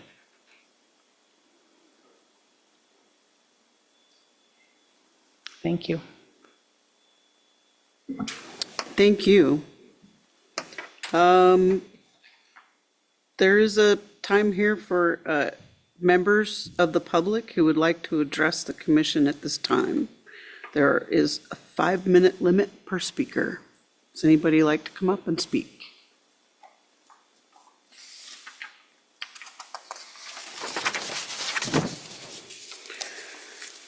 Okay, Our next item is item K, our next meeting attendance notification. Next meeting is September 9. Please note that the meeting on September 9, if anyone is planning to be absent or attending remotely, can you let us know? Is that the meeting where we're having the work session ahead of? Not the 9th, that'll most likely be the 23rd. I will not be here on September 9th. Okay. No, Alex. I'm sorry, it's moose season. I was gonna say, I think I might be out of town also. Okay, no. Okay. Gwen? I know Marty might, but, okay. You'll be, all right, good. All right, commission comments and questions. Marty? Do you have any comments? Okay. Gwen? I'm good. Okay. I just wanted to say thank you, and I've heard a lot of positive feedback about the Kenai swim team this year, so Yay. thank you for that money. Ms. Fikes? Oh, good. All right, Alex? All good. I can't stress more I agree that the borough is giving and selling off land and getting it developed. I've been able to take advantage of that, and we're building a new rental property on one of those lots that the borough was able to put back on the market and get developed and utilize a piece of property that wasn't being utilized. So I'm glad to see they're continuing forward with that. We have a lot of empty land, and we don't make any money off empty land. So hopefully we can continue to get that property built up. And I agree with Alex. I think the most important thing for us right now is to look at the housing situation in our community, and I mean all over the borough. It's not just here in Kenai, but Soldotna and Homer and Seward, and just finding places where people can live at a reasonable expense rate. And I think we're moving in a positive direction there, and I'm hopeful that we'll all get to work together and make that happen for Kenai. Thank you very much. It doesn't look like we have any pending items for item M, and item N is our favorite. Adjournment, seeing no further business before this commission, we are adjourned.